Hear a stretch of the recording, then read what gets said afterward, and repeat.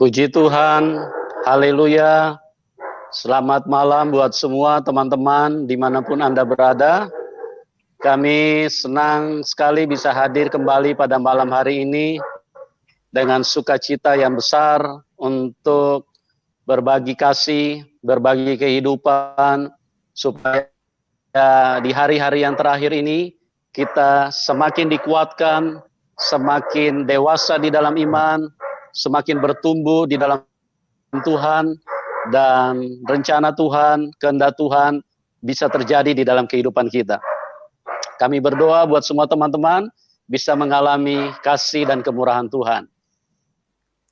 Oke, dan seperti biasanya kami selalu menyampaikan supaya kita semua menjadi jelas bahwa program channel Yusuf Manubulu bukan sebuah program atau bukan sebuah acara untuk menunjukkan bahwa ada satu agama yang hebat, sama sekali tidak, karena itu sama sekali tidak penting dan juga tidak berkenan kepada Tuhan. Karena hal yang terpenting bagi Tuhan adalah supaya kasih-Nya itu bisa menyentuh sebanyak mungkin manusia. Kasih yang ajaib, kasih yang begitu besar, yang ada di dalam Tuhan, itu Tuhan ingin impartasikan di dalam hidup siapapun. Tuhan ingin bagikan kepada siapapun. Tuhan ingin berikan kepada siapapun. Bagi Anda juga yang mungkin tidak suka kepada Tuhan Yesus, tetap Tuhan Yesus mengasihi Anda. Tuhan Yesus sangat sayang kepada Anda. Karena apa? Karena kita ini semua ciptaan Dia. Kita semua milik Dia, cuma kita tidak mengerti. Tuhan Yesus sangat mengasihi Anda. Tuhan Yesus selalu ingin mengulurkan tangan, ingin berbuat sesuatu di dalam hidupmu. Nah, oleh sebab itu, kesaksian demi kesaksian dari narasumber itu menunjukkan bagaimana kasih Tuhan yang begitu hebat, begitu besar, begitu dahsyat, yang menyentuh setiap pribadi, dari orang-orang yang tidak mengenal Tuhan, bahkan dari orang yang membenci Tuhan, Tuhan datang dan menghampiri mereka. Dan salah satunya adalah Ibu Ain yang menjadi narasumber kita pada malam hari ini. Bagaimana dia sangat tidak suka apabila lewat di depan gereja. Nah, itulah kuasa Tuhan yang begitu besar. Dia juga tadinya mantan peramal dan juga seorang yang menyembah patung. Ya, bagaimana kisah lengkapnya kita akan segera dengarkan dari Ibu Ain, ya. Kuasa Tuhan Yesus yang begitu nyata, begitu hebat, yang telah mengubahkan seorang Ibu Ain. Dan kuasa yang sama akan bekerja di dalam setiap kita pada malam hari ini. Oke, kita akan sambut Ibu Ain. Selamat malam Ibu Ain. Malam. Ya, bagaimana kabar Ibu? Baik, sangat baik Pak. Ya, puji Tuhan, karena Tuhan Yesus baik.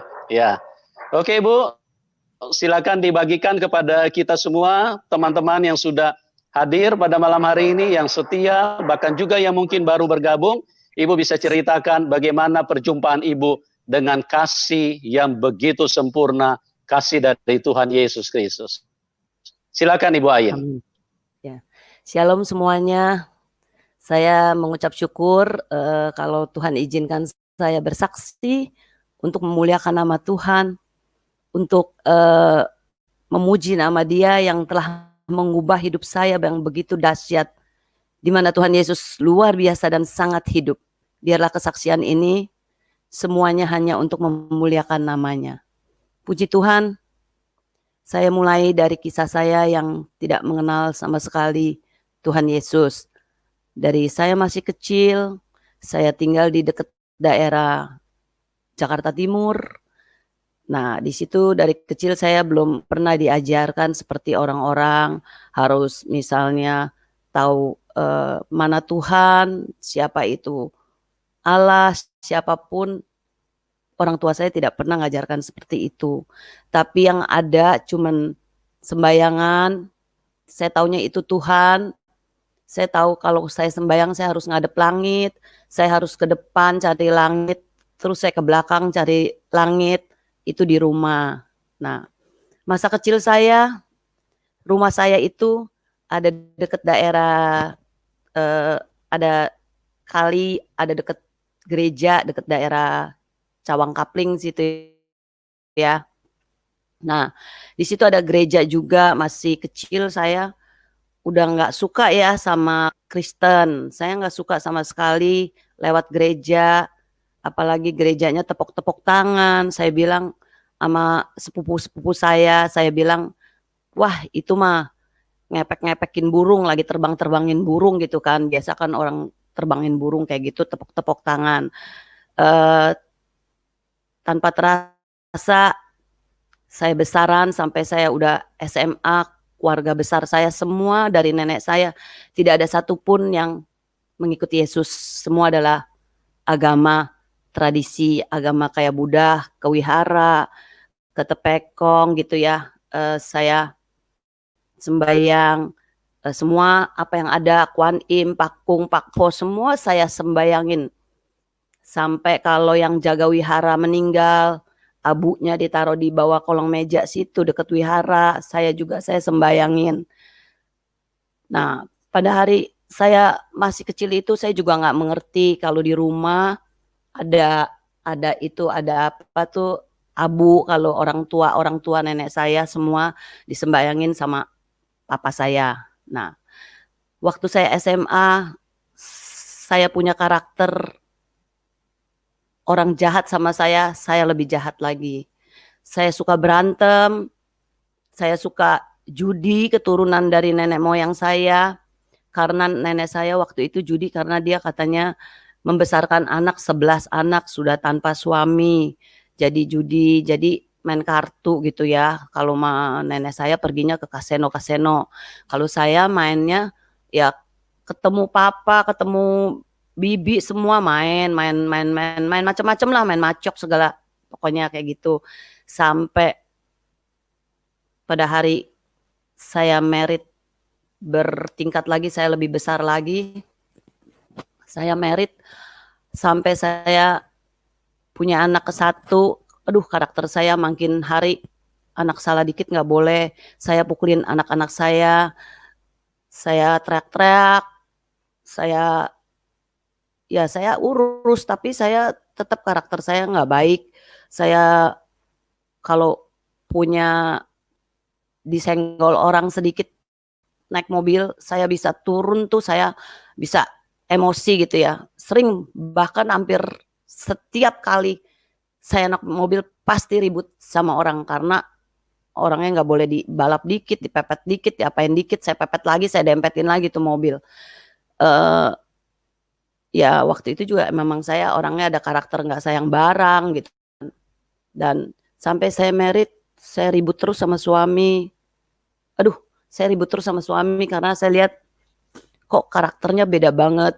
Dia kalem, dia jarang ngomong. Nah, saya tuh rada bawel. Jadi karakternya berbeda jauh.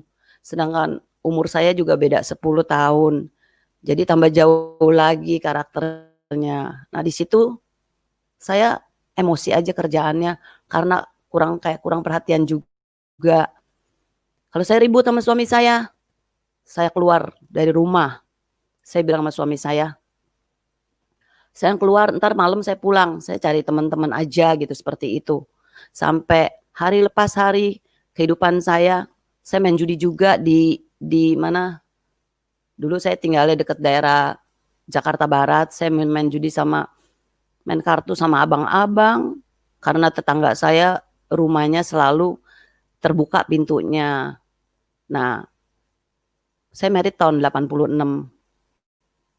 Sampai saya anterin anak sekolah saya, banyak orang Kristen di sekolahannya kan emang sekolahan Kristen.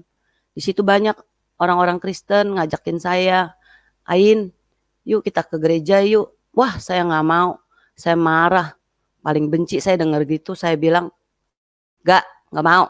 Saya bilang gitu, saya galak, saya orangnya galak sekali, galak.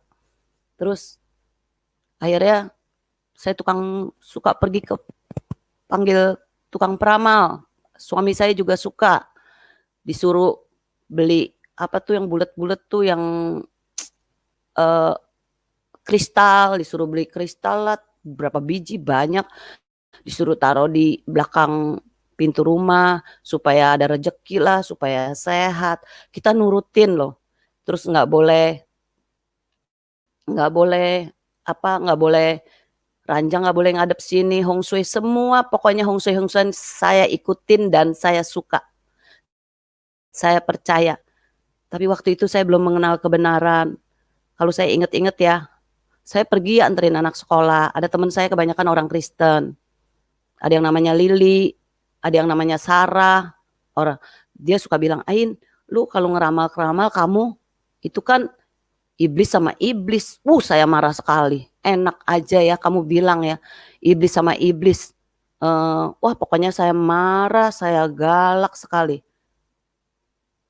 Terus terakhir hidup saya kebanyakan saya pergi, saya shopping, saya belanja ke Mangga 2. Saya pernah lagi hamil anak pertama juga, saya kesel sama suami, saya tabrak aja tuh loring door dia tuh, tokonya. Pernah itu. Pokoknya terlalu, itu nggak tahu karakter apa ya. Itu udah dalamnya kayaknya iblis banget. Nggak ada kuasa Roh Kudus banget, itu sama sekali nggak ada. Itu dalam gelap. Saya nggak ngerti apa-apa, pokoknya karakter saya terlalu brutal. Akhirnya saya punya sepupu. Saya udah punya anak tuh, anak saya udah 3 gitu ya, 3. Saya punya sepupu, tahu-taunya dia masih muda. Sepupu saya tuh beda 6 tahun sama saya. Pada sekali dia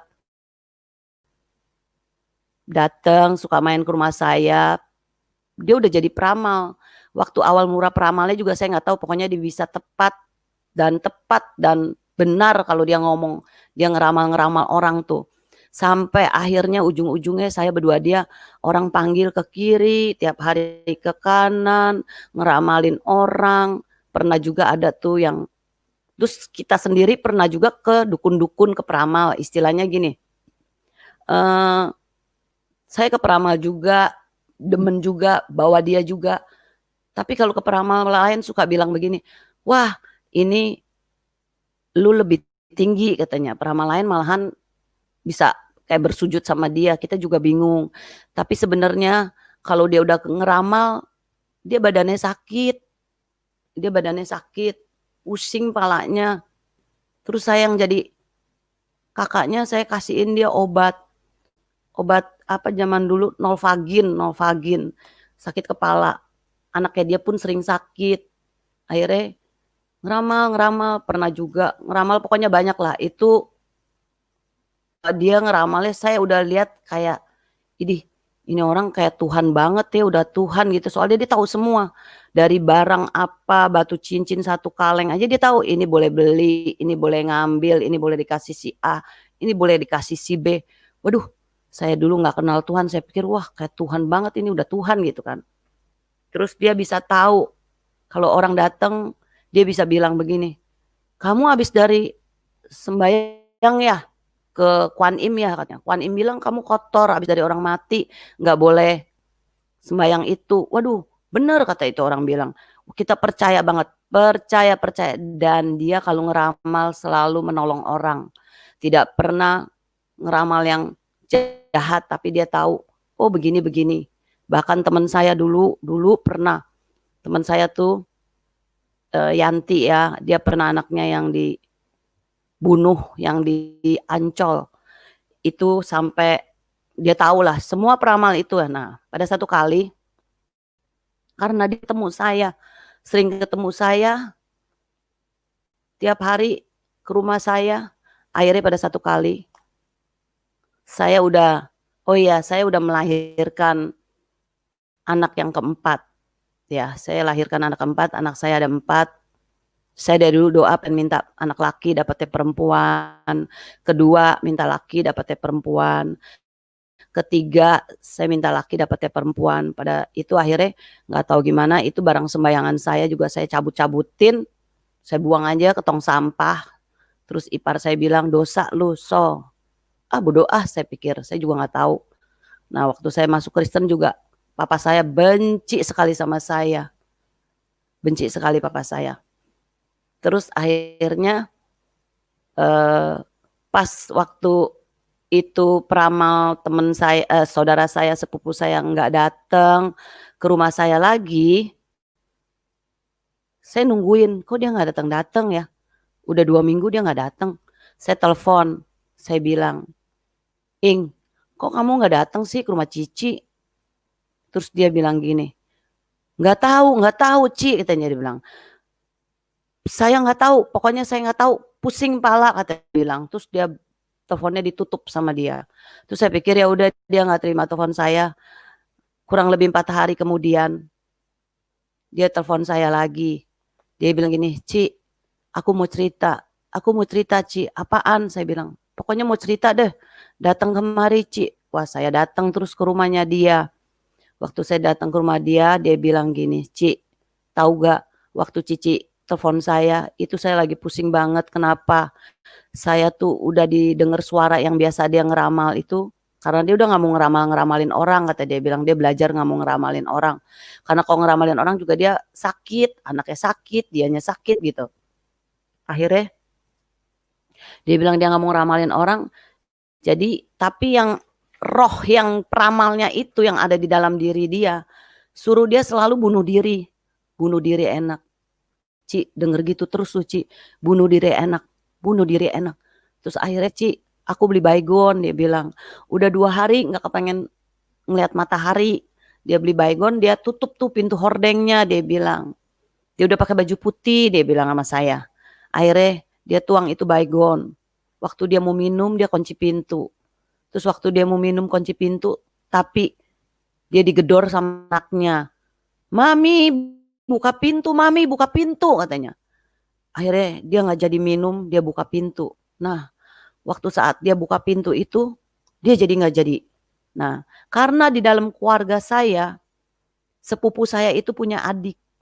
Dia udah married, belum lama married sama orang Kristen. Nah, sejak dia married sama orang Kristen, hubungan saya sama adik dia gak terlalu deket, benci lah gitulah. Bahkan dia pernah ngomong begini lagi telepon, puji Tuhan Ci, saya marah lah. Saya berdua yang kakaknya dia yang peramal itu saya marah. Saya bilang, apa sih ngomong puji Tuhan, saya bilang gitu. Saya marah, saya gak suka. Ada temen saya juga yang di Jatinegara pernah juga ngomong puji Tuhan, saya marah. Saya bilang, terus dia pernah bilang gini, Yin, lu kenapa marah-marah begitu? Lu lihat deh nanti, semua orang akan pengikut Kristus. Saya tambah marah lagi dibilang begitu. Saya sampai ibarat kata kalau ngomong kasar ya dulu, amit-amit kayak gitu kan. Akhirnya saudara sepupu saya itu, yang udah kawin sama Kristen itu, datang ke rumah sepupu saya yang peramal ini. Waktu dia datang, dia nagih uang arisan. Waktu dia nagih uang arisan, dia bilang, Ingrid, aku mau nagih uang arisan. Terus dia lihat mukanya dia kucel-kucel begitu. Terus dia bilang gini, Ingrid, kenapa muka kamu seperti itu? Katanya kucel-kucel, kusek-kusek gitu. Terus dia bilang gini, aku rindu, katanya, gua rindu. Rindu siapa? Nggak tahu, kata dia teriak-teriak begitu. Jadi ini dia cerita sama saya ya waktu saya datang ke rumahnya dia. Terus dia bilang, Ci, malu Ci, aku malu banget nih Ci, malu Ci, keluarga kita Buddha semua nih Ci, aku mau cerita. Kenapa? Saya bilang, ayo cerita. Malu Ci, dia nangis. Malu Ci, kata dia bilang. Tahu gak Ci, gue udah ke gereja Ci, malu, kata dia bilang. Terus saya diam aja. Terus dia bilang gini, akhirnya besoknya majelis gereja dari adiknya dia punya mertua Ibu Santi, dia telepon si Ing ini. Dia bilang gini, Ing, kenapa kamu katanya kemarin didatengin tagih uang arisan, kok kamunya teriak-teriakan, katanya kamu rindu ya. Rindu siapa? Terus dia bilang, rindu Yesus, katanya rindu Yesus, kata dia bilang gitu. Aduh, saya kaget juga sih Pak denger dia bilang rindu Yesus, karena selama ini dia paling benci sama Yesus. Dia gak kasih orang, kalau ngeramal disuruh gak boleh ke gereja sama dia. Pokoknya ke tempat lain boleh tapi gereja gak boleh. ya. Apalagi gereja Kristen, wah dia paling benci sama orang Kristen. Pernah lah saya juga berantem tuh sama orang Kristen, berdua dia tuh, berantem. Dia darah yang Kristen ngomong darah Yesus, saya apa tuh ngomong bahasa itulah gitu. Terus akhirnya dia cerita gitu, saya diam aja, saya nggak ada rasa apa-apa, waktu itu saya belum berasa apa-apa. Terus akhirnya dia bilang, tuh majelisnya bilang gini, Ingrid, besok saya datang ke rumah kamu ya, ayo kita doa katanya. Akhirnya orang Kristen itu datang, terus dia didoain, Ingrid mau gak kita ke gereja katanya. Akhirnya dia mau aja, tapi karena dia bisa penglihatan, dia bisa ngelihat apa-apa, semua dia ngelihat iblis tuh tusuk-tusukin kakinya dia pakai besi panas. Lah kita mereka kan saya belum ikut kan waktu itu, saya cuma dengar cerita dia. Terus Ci kaki gue ditusuk-tusukin sama iblis Ci pakai besi panas. Waduh gue susah, gue didoain terus sama orang gereja kata yang datang berapa orang. Akhirnya puji Tuhan kata dia bilang dia akhirnya pergi gitu kan. Udah pergi dia ada tempatnya ada yang jalan kaki deket daerah Kapuk. Ternyata gerejanya juga masih setengah jadi, belum punya jendela gitu. Akhirnya pas dia lagi waktu perjalanan dia pergi itu dia bilang sama saya, dia dikasih lihat mujizat sama Tuhan kalau dia itu di pinggir jalan, pinggir kali situ deket daerah Cengkareng kalau nggak salah ya.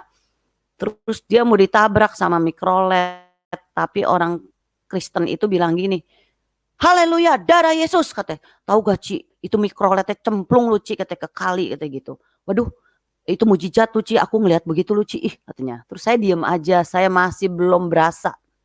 Nah ya gitu udah, saya udah dengar cerita dia begitu saya pulang. Biasa aja. Nah gak taunya udah 3 hari kemudian gitu kurang lebih. Saya lupa dia telepon saya apa saya telepon dia duluan. Akhirnya dia bilang, Ci mau ikut gak Ci ke rumah orang Kristen? Ngapain? Ya datang aja katanya, doa kek katanya. Sebenarnya sih saya baru tahu ya itu kayaknya FA apa Komsel kayak gitu. Ayo boleh, saya bisa mau itu, saya juga bingung. Saya datang ke rumahnya dia, terus saya datang ke rumahnya orang Kristen itu sebenarnya rumahnya tetanggaan sama yang majelis itu, karena majelis itu kan udah ada saudara sama saya juga dong, karena sepupu saya married sama anaknya dia. Jadi ini tetangganya, pas sampai saya duduk di tikar, dikasih kertas kayaknya itu pujian ya, nyanyian ya, waktu itu kan saya juga nggak ngerti pujian. Nah tapi pas saya duduk di tikar itu saudara saya yang peramal itu dia bilang dia tangannya udah kayak mau ngeramal gitu, saya kan tahu kalau dia mau ngeramal mukanya dia, apanya dia tuh laganya ekspresinya dia gitu. Jadi saya bilang, lu ngapain lu? Jangan ngeramal, malu-maluin Cici aja katanya. Ini kan rumah orang Kristen, saya bilang. Masa kita ngeramal-ngeramal? Aduh pulang aja deh pulang, saya bilang. Jangan kayak gini malu-maluin, pulang, saya bilang. Terus dia bilang gini, iya Ci katanya ini di belakangnya ini ada patung-patung, ada patung ini. Padahal saya di depan itu ruang tamu. Ya udahlah malu kita pulang aja. Terus emang kebetulan juga belum ada yang datang-datang gitu tamu-tamu yang lain gitu, orang Kristen yang lain baru yang punya rumah atau paling 1 orang. Terus saya bilang saya izin pulang deh, saya nggak tahan saya bilang. Nah saat itu saya nggak pulang ke rumah, saya pulangnya ke beda 5-6 rumah ke rumah yang majelis itu, yang Ibu Santi itu. Saya ke sana, saya duduk di rumahnya dia karena kan saya emang pernah ke sana dong, pernah waktu zaman ngeramal, waktu lama adiknya dia gitu kan ke rumah mertuanya. Jadi saya ke sana, udah saya duduk ke sana, si Ingridnya juga duduk, saya duduk. Nggak lama lagi orang Kristen ada 6 orang kurang lebih, apa 5 apa 6 datang ke situ. Berarti dia nggak jadi komsel gitu ya, nggak jadi. Kok nih orang datang, dalam hati saya? Kan dia mau ngumpul padahal. Nah waktu dia datang itu saya diem aja. Terus akhirnya si Kristennya ini, orang-orang Kristen ini doain si saudara saya. Ya kan itu dia tahu dia peramal itu isinya apa kan dia tahu. Kalau saya waktu itu kan sama sekali nggak tahu karena saya masih buta dan gelap. Akhirnya dia didoain, saya mundur 2 meteran. jauh-jauh dari orang Kristen dan jauh-jauh dari adik sepupu saya itu. Waktu dia tumpang tangan adik sepupu saya itu berenam itu, dia bilang, darah Yesus keluar, ayo ngomong Yesus, Yesus. Terus adik saya itu sepupu saya nggak bisa, adik saya ngomong panggil Yesus sama sekali nggak bisa. Saya cuma liatin aja. Terus ayo panggil Yesus, panggil Yesus. Ayo Ingrid panggil Yesus, panggil. Terus dia nggak bisa manggil-manggil Yesus. Dia diem. Terus si orang Kristen yang ini berenam terus tumpang tangan, tumpang tangan, tumpang tangan. Darah Yesus, haleluya, darah Yesus. Lah saya kan nggak pernah ngomong darah Yesus, haleluya, saya diem aja. Tiba-tiba udah kurang lama, udah ada 15 menit kali, 10 menit lebih. Itu saya lihat orang Kristennya, terus dia doain dalam nama Yesus, darah Yesus. Ayo sebut Yesus, Yesus, sebut Yesus. Tahu gak? Tau-taunya adik saya begini nih, dia begini. Aduh, saya sampai kaget. Itu kayak singa. Aduh, terus saya lihat, saya nangis. Saya nangisin sepupu saya. Kok dalamnya begini isinya? Kok kayak setan? Saya bilang, kok singa? Terus saya nggak tahu. Saya tanpa sadari, saya nangis. Saya nangis keluar air mata. Terus saya nangis. Terus masih disuruh sebut. Belum bisa-bisa juga. Akhirnya, tanpa saya sadari, saya maju langkah 2 meter itu, saya deketin sepupu saya, tanpa saya sadari, saya angkat tangan. Saya bilang gini, haleluya, haleluya, darah Yesus, darah Yesus. Di situ saya nangis, saya nangis. Saya nggak tahu saya bisa nyebut darah Yesus, saya bisa nyebut haleluya. Pokoknya saya nangis, saya nangis, saya nangis, saya nggak tahu. Pokoknya saya nangis terus. Sampai akhirnya si Ingridnya itu ngomong, Tuhan Yesus, dia panggil Yesus, dia panggil Yesus. Akhirnya dia lemes. Cerita singkat, saya pulang ke rumah. Udah pulang ke rumah, 2 hari kemudian kali ya, saya ingat di gereja-gereja itu, udah gitu udah pulang ke rumah, masih berapa hari kemudian lagi, hari Minggu kalau nggak saya diajak ke gerejanya mereka lagi yang di Kapuk itu yang nggak ada jendelanya itu, belum ada jendela. Saya pergi sama Ingrid, sama orang Kristen itu juga. Nah, si Ingrid nggak gampang juga, sampai di pintu gereja juga dia nggak bisa melangkah, katanya, aduh sakit kakinya. Dia ngeliat lagi iblis iket kaki dia, tusuk, tapi kan terus peperangan roh terus sama orang Kristen. Akhirnya dia masuk juga. Lah, sampai di gereja saya cuma inget tuh nyanyian Hosana bagimu, kayak gitu saya nyanyi gitu. Udah pulang, saya udah didoain sama pendetanya, doain saya. Nah, keluar dari gereja tuh Ingrid mau cekek anaknya juga. Rasanya dia mau cekek anaknya karena dia dengar suara katanya, cekek anakmu. Waktu itu kan dia belum pelepasan. Nah, puji Tuhan akhirnya besokannya lagi saya kepengen sekali ke gereja. Saya kepengen ke gereja. Saya ingat teman-teman saya waktu itu ada di sekolahan semua banyak orang Kristen karena sekolahnya Kristen. Saya yang suka ajakin saya ke gereja. Saya bilang gini, aduh Ruth, saya mau dong ke gereja, saya bilang gitu. Di mana gerejanya? Itu dia bilang tuh, waktu dulu masih ada Dewa Ruci. Itu di Dewa Ruci, kata dia bilang begitu. Lantai berapa? Lantai 6. Aduhin, sorry kita hari ini pada nggak ke gereja karena itu hari Kamis dan kaum ibu ya. Terus saya bilang, enggak, tapi saya mau ke gereja. Saya bilang, biarin deh saya sendiri. Puji Tuhan, akhirnya saya ke gereja. Kebetulan ada orang mau ke gereja. Nah, di situ saya tanya itu orang juga dari latar belakang sama saya. Kenapa lu bisa ke gereja? Kenapa lu bisa suka sama Yesus? Kenapa? Dia terus bersaksi banyak. Dia cerita. Oh gitu ya, saya bilang iya ya. Terus saya haus. Saya terus ke gereja. Saya cuman kerjaannya nangis doang di gereja. Nangis, nyanyi nangis, denger khotbah nangis. Terus diurapin Tuhan juga, plek, lemes. Orang nggak tahu ya, sangkanya saya pingsan, padahal sih kagak pingsan, saya sadar. Cuman ya diurapi Tuhan waktu itu saya belum ngerti ya. Terus hari lepas hari, saya rindu terus sama Tuhan Yesus.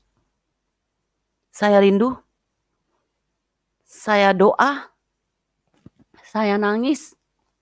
Ada satu lagu yang buat saya tambah saya nangis, tambah saya sedih, tambah saya mengerti. Baru nyanyian itu aja saya mengerti, saya merasakan nyanyiannya yang seperti ini. Kami bangga memiliki Allah sepertimu. Kami bahagia menjadi anaknya Dia. Terus saya nangis, terus saya bangga punya Allah seperti Kristus Yesus, Bapa yang ajaib. Saya nangis tiap hari, saya bangga jadi anaknya. Itu saya rasa seperti itu tuh. Padahal waktu itu saya belum dibaptis loh, saya juga bingung tuh.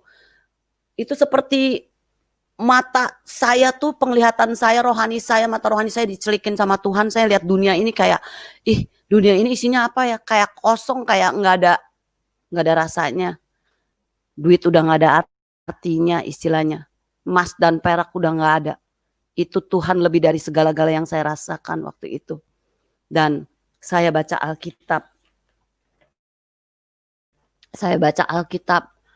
Pelan-pelan saya kagak ngerti. Waktu saya baca di Imamat misalnya ya, ada ayat kayak begini-gini. Misalnya di Ulangan deh ya, terkutuklah orang yang membuat patung pahatan atau patung tuangan, suatu kekejian bagi Tuhan. Saya baca itu, saya kaget lagi, saya nangis lagi. Terus saya baca lagi Alkitab, banyak ayat-ayat yang tentang janganlah kamu berpaling kepada arwah-arwah, apa kepada roh-roh orang mati, apa segala peramal. Terus di situ saya ingat saya suka ngeramal, saya pokoknya di situ mata rohani saya dicelikin sama Tuhan Yesus dengan caranya Tuhan yang ajaib. Saya juga nggak ngerti itu namanya supranatural juga. Saya nggak ngerti, pokoknya saya seperti itu, perubahan dahsyat. Sampai waktu itu saya juga nggak ngerti. Saya kalau di tengah jalan, di gado-gado, di abang-abang, kayak dimanapun, di mana. Saya beli kaset yang lagunya Kami Bangga Memiliki Allah Seperti Engkau. Kami bahagia menjadi anakmu. Saya beli kaset itu banyak, saya bagi-bagiin orang, saya beli lagi, saya bagiin orang. Saya bagi aja, saya nggak tahu. Terus saya bersaksi, nggak tahu mau orang dari latar belakang apa, kayak mau apa. Mulut saya maunya ngoceh aja, maunya ngomong aja tentang Yesus. Saya bilang gini, dulu gue benci lu, sekarang gue dicolek, bla bla bla bla bla. Pokoknya saya maunya ngomong Yesus sampai banyak peristiwa di dalam hidup saya yang saya dibenci. Tapi pada satu kali sebelum saya lagi dibenci sama papa saya, itu udah saya bertobat tahun 1996 saya dibaptis. Tahun 1999 papa saya sakit. Tapi papa saya bisa waktu sakit di rumah sakit dalam keadaan tidak bisa nafas dengan oksigen, dia sudah tidak bisa ngomong. Pada satu kali adik saya lagi jaga, dia bisa teriak sekenceng-kencengnya di dalam rumah sakit. Dia teriak gini, Tuhan ampunin saya Tuhan, Tuhan ampunin saya. Memang saya berdoa buat papa saya supaya dia diselamatkan. Waktu dia teriak-teriakan, akhirnya panggil dokter suntik papa saya tidur lagi. Setelah papa saya siuman, dia bersaksi, dia bercerita. Saya juga bingung. Saya bilang, Papa, kok papa bisa ngomong? Sedangkan papa kan pakai oksigen, saya bilang.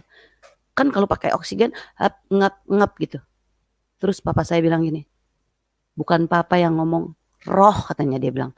Saya bingung, saya karena udah ada pelajaran kekristenan, saya baru ngerti. Terus saya bilang, karena saya ngerti, saya bilang, Pak, saya tahu bahwa dia sudah panggil Tuhan, dia udah minta ampun, berarti dengan mulut dia mengaku aja Tuhan sudah mengampuni dosa-dosanya dia. Saya percaya, jadi saya bilang, Pak, kalau papa mau pulang ke surga, udah pulang cepetan Pak, saya bilang begitu. Terus papa saya bilang,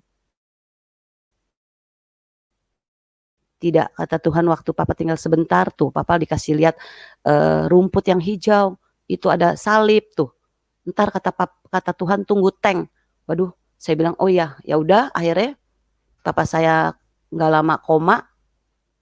Puji Tuhan, besoknya suster dokter udah bilang sih dia masih lama meninggalnya karena jantungnya masih kuat.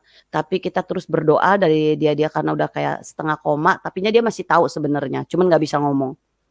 Akhirnya dalam dia keluar dari kamar, dia masuk ke kamar yang sendirian gitu, isolasi ya. Akhirnya saya terus di situ sama adik saya nyanyi. Oh ya, adik saya juga. Nah, adik saya itu yang perempuan waktu tahun 96 saya bertobat, dia tahun 96, 4 bulan setelah saya terima Tuhan Yesus, saya menginjilin adik saya, anak saya waktu itu setahun, si Ivan, akhirnya dia geprak meja sekuat-kuatnya tuh di Kentucky, dia mau banting itu meja, dia bilang gini, lu jangan nginjil-nginjil ya, jangan sebut-sebut Yesus di depan gue ya. Gue juga punya Tian Akung ya, gue punya Tuhan Allah gue, lu gue, kata dia bilang. Saya nangis pulang-pulang, saya nangis tuh Pak, saya pulang-pulang saya nangis di kamar mandi, saya nangis gegerungan. Saya masih nggak berani gegerungan di depan suami saya nangis gegerungan. Akhirnya saya bilang, Tuhan kenapa jadi begini, antara saudara saya sama saya kok jadi musuh. Saya punya adik cuma satu, itu perempuan.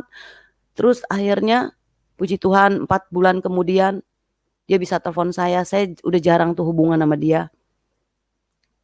Puji Tuhan dia telepon saya, dia bilang tokonya dia kebakaran, api udah terus menyambar ke toko dia jual elektronik deket daerah kota lah gitu. Waktu itu akhirnya saya bilang berdoa, terus dalam hati saya, oh ya dia minta tolong juga ya sama Tuhan aku gitu kan. Dalam hati ada begitu juga gitu Pak. Sebenarnya kita juga nggak boleh ya. Sebenarnya kita sukacita harus. Terus ya udah, tapi saya sukacita biar dia melihat kuasa Tuhan. Jadi saya berdoa minta tolong sama Tuhan Yesus. Akhirnya adik saya tepat di tokonya dia doang yang 2 toko itu nggak kebakar. Cuman kenapa itu bisa nggak kebakar? Jadi ada pemadam kebakarannya itu kebakar. Jadi tokonya itu kan buru-buru dibakar. Biasanya kan mungkin kalau belum ada apa-apa ya kebakaran biasa suka dilepasin atau ya begitulah semprot-semprotnya gitu. Akhirnya ya puji Tuhan akhirnya ya pemadam itu cuman 2 toko yang nggak kebakaran, semua lantai kebakar. Tapi barangnya dia cemong-cemong. Sejak itu pokoknya cerita adik saya ada lagi lah urusan dia, kesaksian dia luar biasa juga. Suaminya mau ceraiin tapi puji Tuhan baru 3 tahun ini suaminya dia udah 20 tahun digumulin, hampir 30 tahun udah terima Yesus. Nah setelah saya akhirnya dibaptis. Saya dibaptis di gereja. Waktu pembaptisan itu saya nangis terus. Yang lain kok nggak nangis, saya nangis terus deh. Saya diceramahin tentang Gunung Kawi. Dulu saya suka ke Gunung Kawi. Tugunya dia kan Gunung Kawi kan ada rumah yang dari batu-batu juga. Saya puter-puterin 7 kali, minta keselamatan. Saya doa di situ 7 kali puter-puter Gunung Kawi. Saya harus kasih persembahan ayam gitu kan. Kalau di Gunung Kawi saya nggak ngerti dulu Pak. Akhirnya saya ingat nungguin apa tuh daun syanto kayak gitulah istilahnya. Akhirnya puji Tuhan saya diceramahin, saya dibilangin kita harus langsung ke Tuhan yang menciptakan langit dan bumi. Pokoknya saya nangis. Akhirnya puji Tuhan saya dibaptis. Sebelum dibaptis lagi pengarahan 1 minggu, saya nggak bisa ngomong Yesus, saya bisa berbahasa roh. Saya juga nggak tahu bahwa di gereja itu ada bahasa roh, saya juga nggak ngerti. Cuman saya bisa berbahasa roh. Pulang-pulang di pengarahan, saya masuk kamar lagi, saya bilang kalau kok Tuhan, saya kunci pintu, itu tadi bahasa apa Tuhan? Kalau bahasa setan saya nggak mau. Terus saya mau bahasa roh lagi, saya kan nggak bisa lagi. Saya bilang, saya mau lagi dong Tuhan Yesus. Kalau yang kayak tadi, wah saya bahasa roh lagi, wah rasanya sukacita, rasanya enak banget. Haleluya banget, puji Tuhan. Nah, sampai terakhir saya udah diterima Tuhan Yesus. Setelah saya sadari, papa saya waktu di rumah sakit itu, waktu dia ketemu Yesus, dia udah sadar, dia udah besok udah bangun dari tidurnya, udah disuntik sama dokter itu. Akhirnya dia cerita tadi dia didatengin Tuhan Yesus, jubahnya putih, rambutnya berkilau emas katanya, dia bilang anak papa dikasih emas gitu. akhirnya dia bilang gini, dia ngomong tuh padahal kan dia nggak bisa napas ya, saya juga bingung. Anak papa nanti semuanya harus ikut Tuhan Yesus. Karena ini semua adalah nyata dia bilang. Terus dia minta, itu dong nyalain lagu. Maksudnya lagu rohani gitu ya. Puji Tuhan, tanpa disadari satu persatu keluarga besar adik papa saya yang dari benci sama saya, yang apa macam-macam lah kalau saya kesaksian. Saat ini mereka semua udah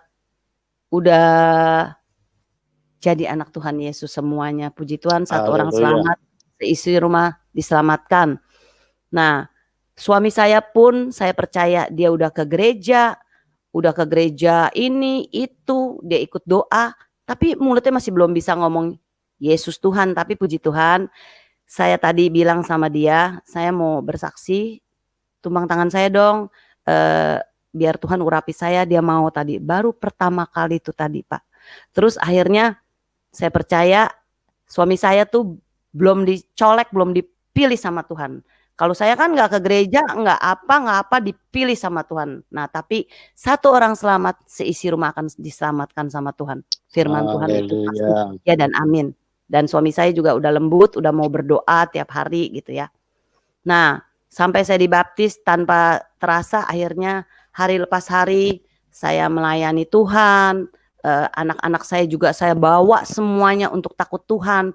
Dari saya punya, kalau saya lagi dagang dulu bisa bohong, untung 50.000 saya bilang, aduh nggak ada untung 10.000 saya bilang, aduh belum ada untung, itu bohong loh.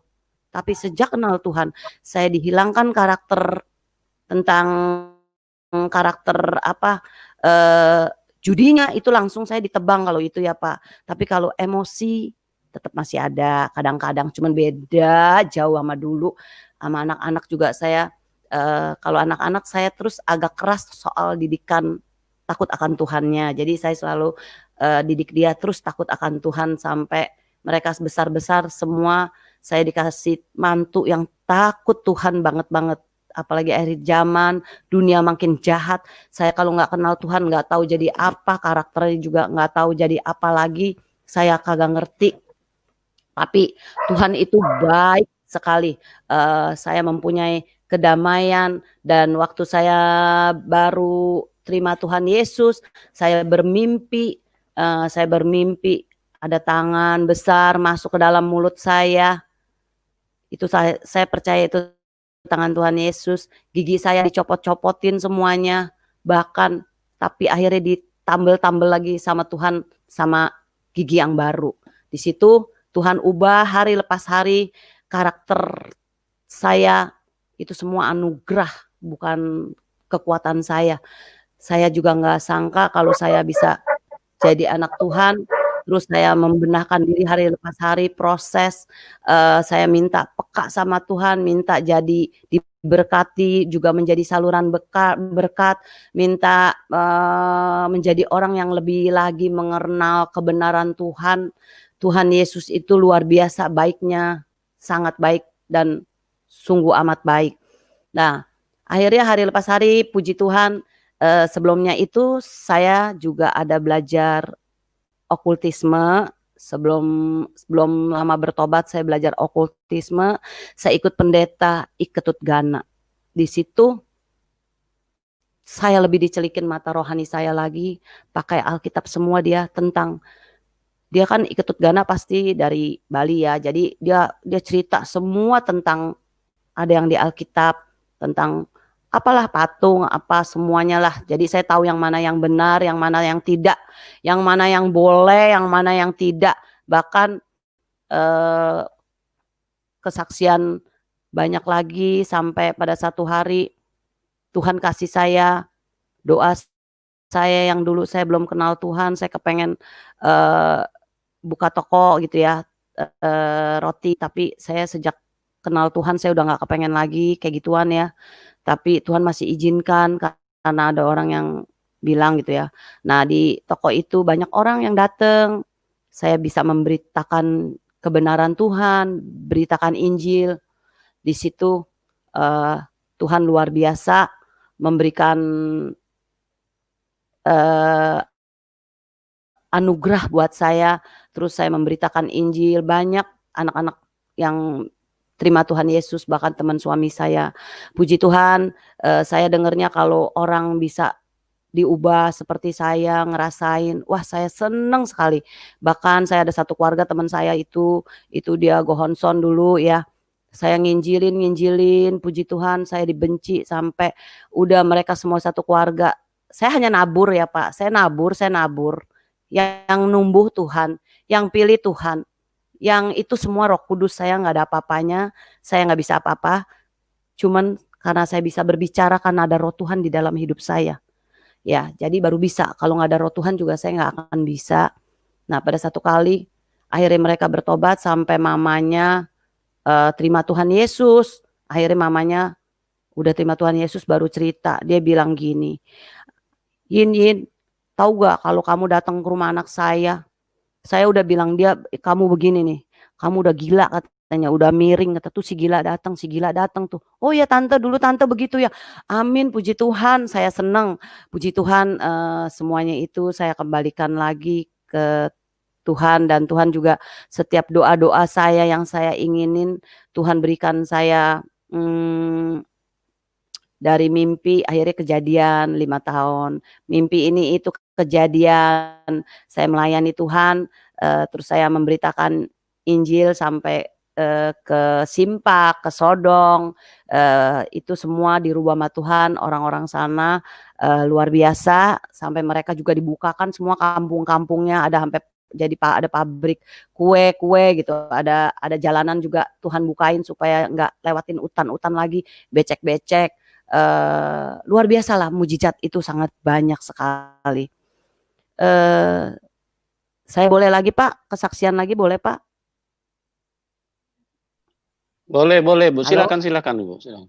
Ya, Nah, silakan Ibu. saya ada pelayanan Silakan. di Simpak waktu itu ya, di sana itu saya ada ikut ketua saya juga dan bersama teman-teman saya. Nah, di situ saya terkesan sekali satu mujizat yang luar biasa. Di situ mujizat banyak sekali.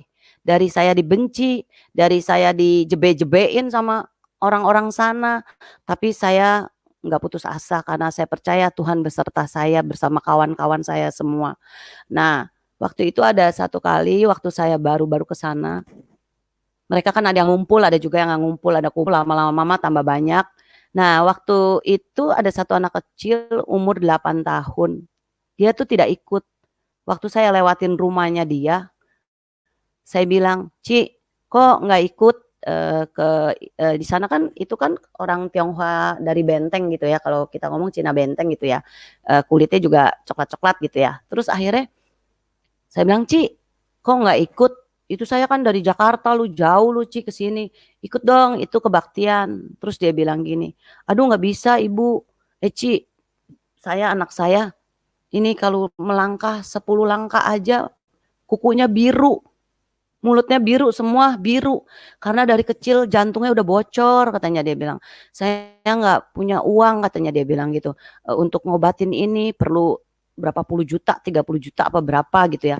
Terus kita bilang gini, "Iya, duit mah kita juga nggak punya. Kita juga ke sini kan bawa nasi, bawa tempe masing-masing gitu kan, makan sama-sama gitu kan. Bahkan nggak bawa apa-apa gitu ya." Terus akhirnya, saya cuman punyanya Tuhan Yesus. Tuhan Yesus yang bisa bikin mujizat, kita aja juga dari Tuhan Yesus semua-muanya, saya cuman bilang begitu. Terus, kan di situ banyak anak-anak kecil juga, cuman yang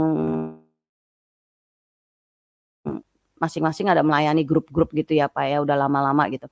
Akhirnya itu anak kecilnya itu namanya Bima. Akhirnya ibunya bilang, "Ya udah ke sono aja." "Iya deh weh, besok ke sono," katanya. Nah, puji Tuhan minggu depannya dia baru ke sana, dia ikut kebaktian, jadi dia cerita anaknya bocor gini-gini.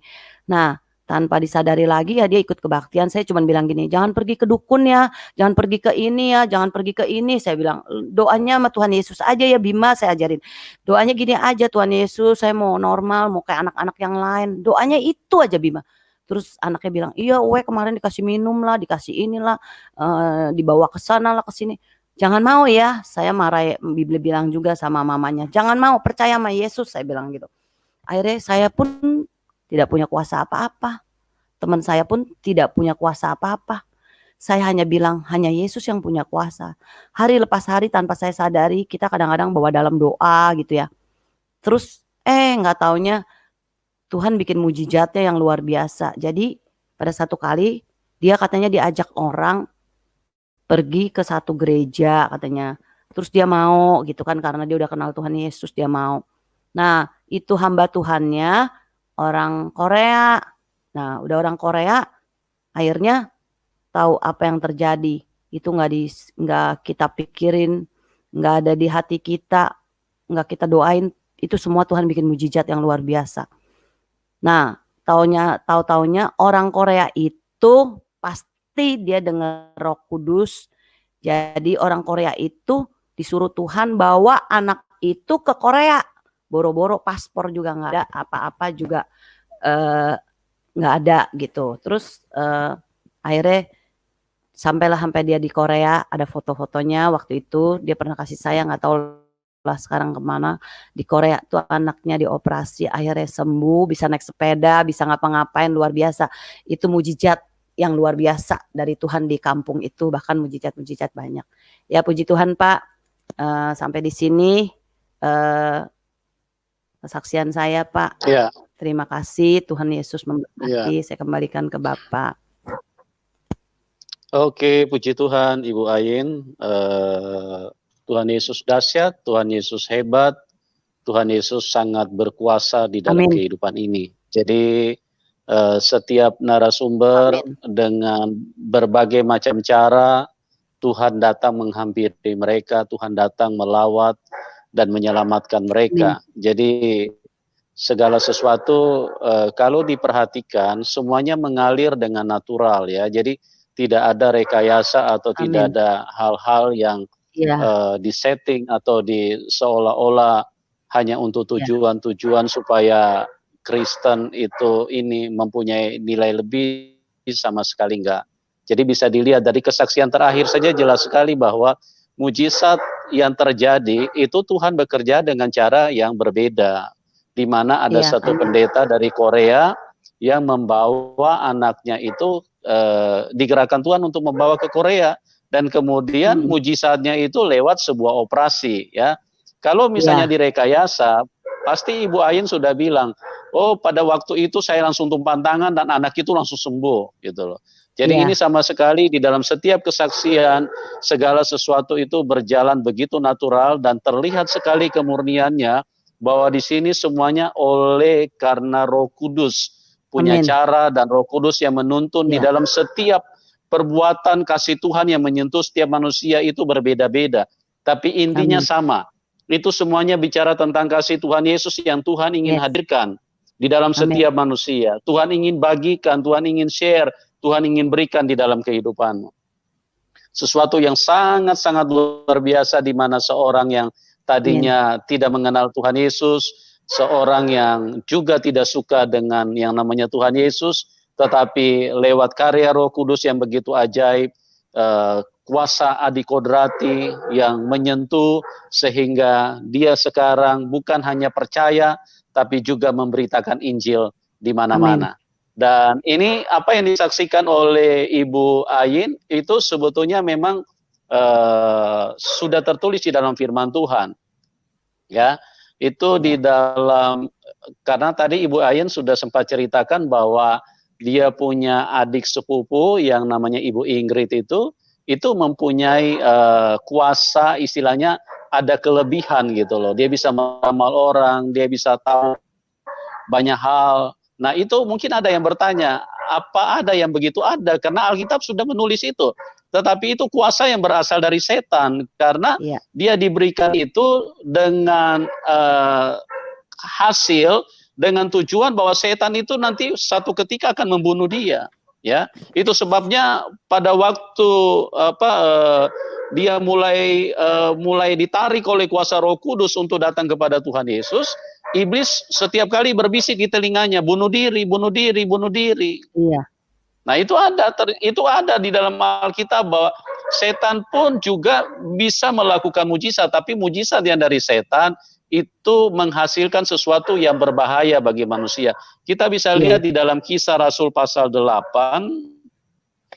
Ya, kita lihat di dalam Kisah Rasul pasal 8 ayat 9 dan 13. Ya, Kisah Rasul 8 ayat 9 sampai dengan 13. Seorang yang bernama Simon telah sejak dahulu melakukan sihir di kota itu dan mentakjubkan rakyat Samaria, serta berlagak seolah-olah ia seorang yang sangat penting. Semua orang besar kecil mengikuti dia dan berkata, orang ini adalah kuasa Allah yang terkenal sebagai kuasa besar. Nah, ini sama seperti yang pada waktu Ibu Ayin belum mengenal Tuhan, belum mempercayai Tuhan Yesus, dia merasa bahwa Ibu Ingrid, adik sepupunya itu seolah-olah sudah seperti kayak Tuhan, karena bisa meramal sana sini gitu loh. Nah, ini terjadi ini di dalam Kisah Para Rasul ini. Dan orang ayat 11, dan mereka mengikutinya karena sudah lama ia mentakjubkan mereka oleh perbuatan sihirnya. Nah, ayat 12, tetapi sekarang mereka percaya kepada Filipus yang memberitakan Injil tentang kerajaan Allah dan tentang nama Tuhan Yesus Kristus. Amin. Dan mereka memberi diri mereka dibaptis, baik laki-laki maupun perempuan. Simon sendiri yang tadinya tukang sihir menjadi percaya. Kenapa? Karena kuasa setan di samping itu berbahaya bagi manusia, kuasa setan itu terlalu kecil, ya. Karena pada waktu dia berjumpa dengan kuasa Tuhan, maka semuanya itu menjadi tidak ada artinya apa-apa. Dan kita lihat di sini, Simon sendiri juga menjadi percaya. Dan sesudah dibaptis, ia senantiasa bersama-sama dengan Filipus dan takjub ketika ia melihat tanda-tanda dan mujizat-mujizat besar yang terjadi. Amin. Nah, di sini kita lihat bagaimana kuasa yang ada di dalam Tuhan Yesus itu adalah kuasa di atas segala-galanya. Oleh sebab itu, kesaksian yang disampaikan oleh Bu Ingrid ini adalah sesuatu yang menuntun, menguatkan kita semua supaya kita semakin dalam di dalam Tuhan, semakin kuat di dalam Tuhan, semakin mempercayai Tuhan di dalam kehidupan ini. Dan masih ada lagi satu kisah di dalam Kisah 13, Kisah Rasul pasal 13 ayat 6 sampai 12. Ini saya perlu ceritakan sedikit supaya kita tahu bahwa namanya setan dari dulu juga ada, ya, tapi dia kuasanya itu akan membahayakan bagi orang yang melakukannya. Dan yang kedua, kuasa setan itu ada tetapi kuasa yang kecil. Oke, Kisah 13 ayat 6 sampai dengan 12. Mereka mengelilingi seluruh pulau itu sampai ke Pafos. Di situ mereka bertemu dengan seorang Yahudi bernama Bar Yesus. Ia seorang tukang sihir dan nabi palsu. Ia adalah kawan gubernur pulau itu, Sergius Paulus, yang adalah orang cerdas. Gubernur itu memanggil Barnabas dan Saulus karena ia ingin mendengar firman Tuhan. Nah, perhatikan di dalam ayat yang ke-7. Ia adalah kawan gubernur pulau itu, Sergius Paulus. Ya, oke, di dalam ayat yang ke-8, tetapi Elimas, demikian dalam bahasa Yunani, tukang sihir itu menghalang-halangi mereka dan berusaha membelokkan gubernur itu dari imannya. Gubernur sudah mau percaya kepada Tuhan Yesus, iblis berusaha untuk mencegah. Nah, itu sebabnya apa yang terjadi pada waktu itu, ayat yang ke-9, tetapi Saulus juga disebut Paulus, yang penuh dengan Roh Kudus menatap dia dan berkata, hai anak iblis, engkau penuh dengan rupa-rupa tipu muslihat dan kejahatan. Engkau musuh segala kebenaran. Tidakkah engkau akan berhenti membelokkan jalan Tuhan yang lurus itu? Sekarang lihat, engkau menjadi buta. Hari lama engkau tidak dapat hari, dan seketika juga orang itu diliputi kabut dan gelap, dan sambil meraba-raba ia harus mencari orang untuk menuntun dia. Ayat 12, melihat apa yang terjadi itu, percayalah gubernur itu, ia takjub oleh ajaran Tuhan. Ayat 13, lalu Paulus dan kawan-kawannya meninggalkan Pafos dan berlayar ke Perga dan Pamfilia, tetapi Yohanes meninggalkan mereka lalu kembali ke Yerusalem. Ya, kita melihat di sini kuasa iblis coba berusaha untuk menghalangi kebenaran. Itu sebabnya sama juga dengan seperti yang kami sampaikan bahwa setiap ada pemberitaan kebenaran, setiap ada pemberitaan Injil, ada aja setan akan memakai orang untuk selalu menyangga, untuk selalu memberikan bantahan-bantahan, sanggahan. Ini karena sudah tertulis di dalam firman Tuhan. Ini sudah tertulis, si Elimas, seorang tukang sihir. Begitu si Sergius Paulus, gubernur pada waktu itu, mau percaya kepada Tuhan Yesus, dia berusaha untuk menghalangi. Dia berusaha dengan begitu luar biasa untuk mencegah supaya jangan sampai gubernur itu percaya kepada Tuhan Yesus. Nah, ini juga hadir saat ini banyak orang-orang yang terus berusaha untuk selalu membelokkan supaya jangan percaya dengan Tuhan Yesus. Jangan percaya dengan nama Tuhan Yesus. Jangan percaya dengan kasih Tuhan Yesus. Jangan percaya dengan kuasa Tuhan Yesus. Nah, ini mereka tidak sadar, saudaraku. Mereka adalah oleh. Tapi saya berdoa supaya kasih Tuhan bisa turun di dalam setiap manusia, sehingga orang-orang ini pun juga bisa diselamatkan. Oke, pada saat ini kita akan segera buka ruang diskusi dengan Ibu Ayin. Bagi teman-teman yang mau bertanya, silakan, kami sudah taruh linknya di dalam kolom komentar, dan kita akan buka telepon pertama dari Pak James. Silakan, selamat malam Pak James. Selamat malam Pak Yusuf, shalom. Ya, selamat malam, shalom. Shalom. Ya, jadi saya lihat ada banyak komentar di bawah bahwa katanya kenapa Yesus lapar apa segala macam. Buat saudara-saudara yang bertanya ya, yang pengen bertanya ya, mengapa kalian begitu komplain? Ya, Yesus lapar, ya kan?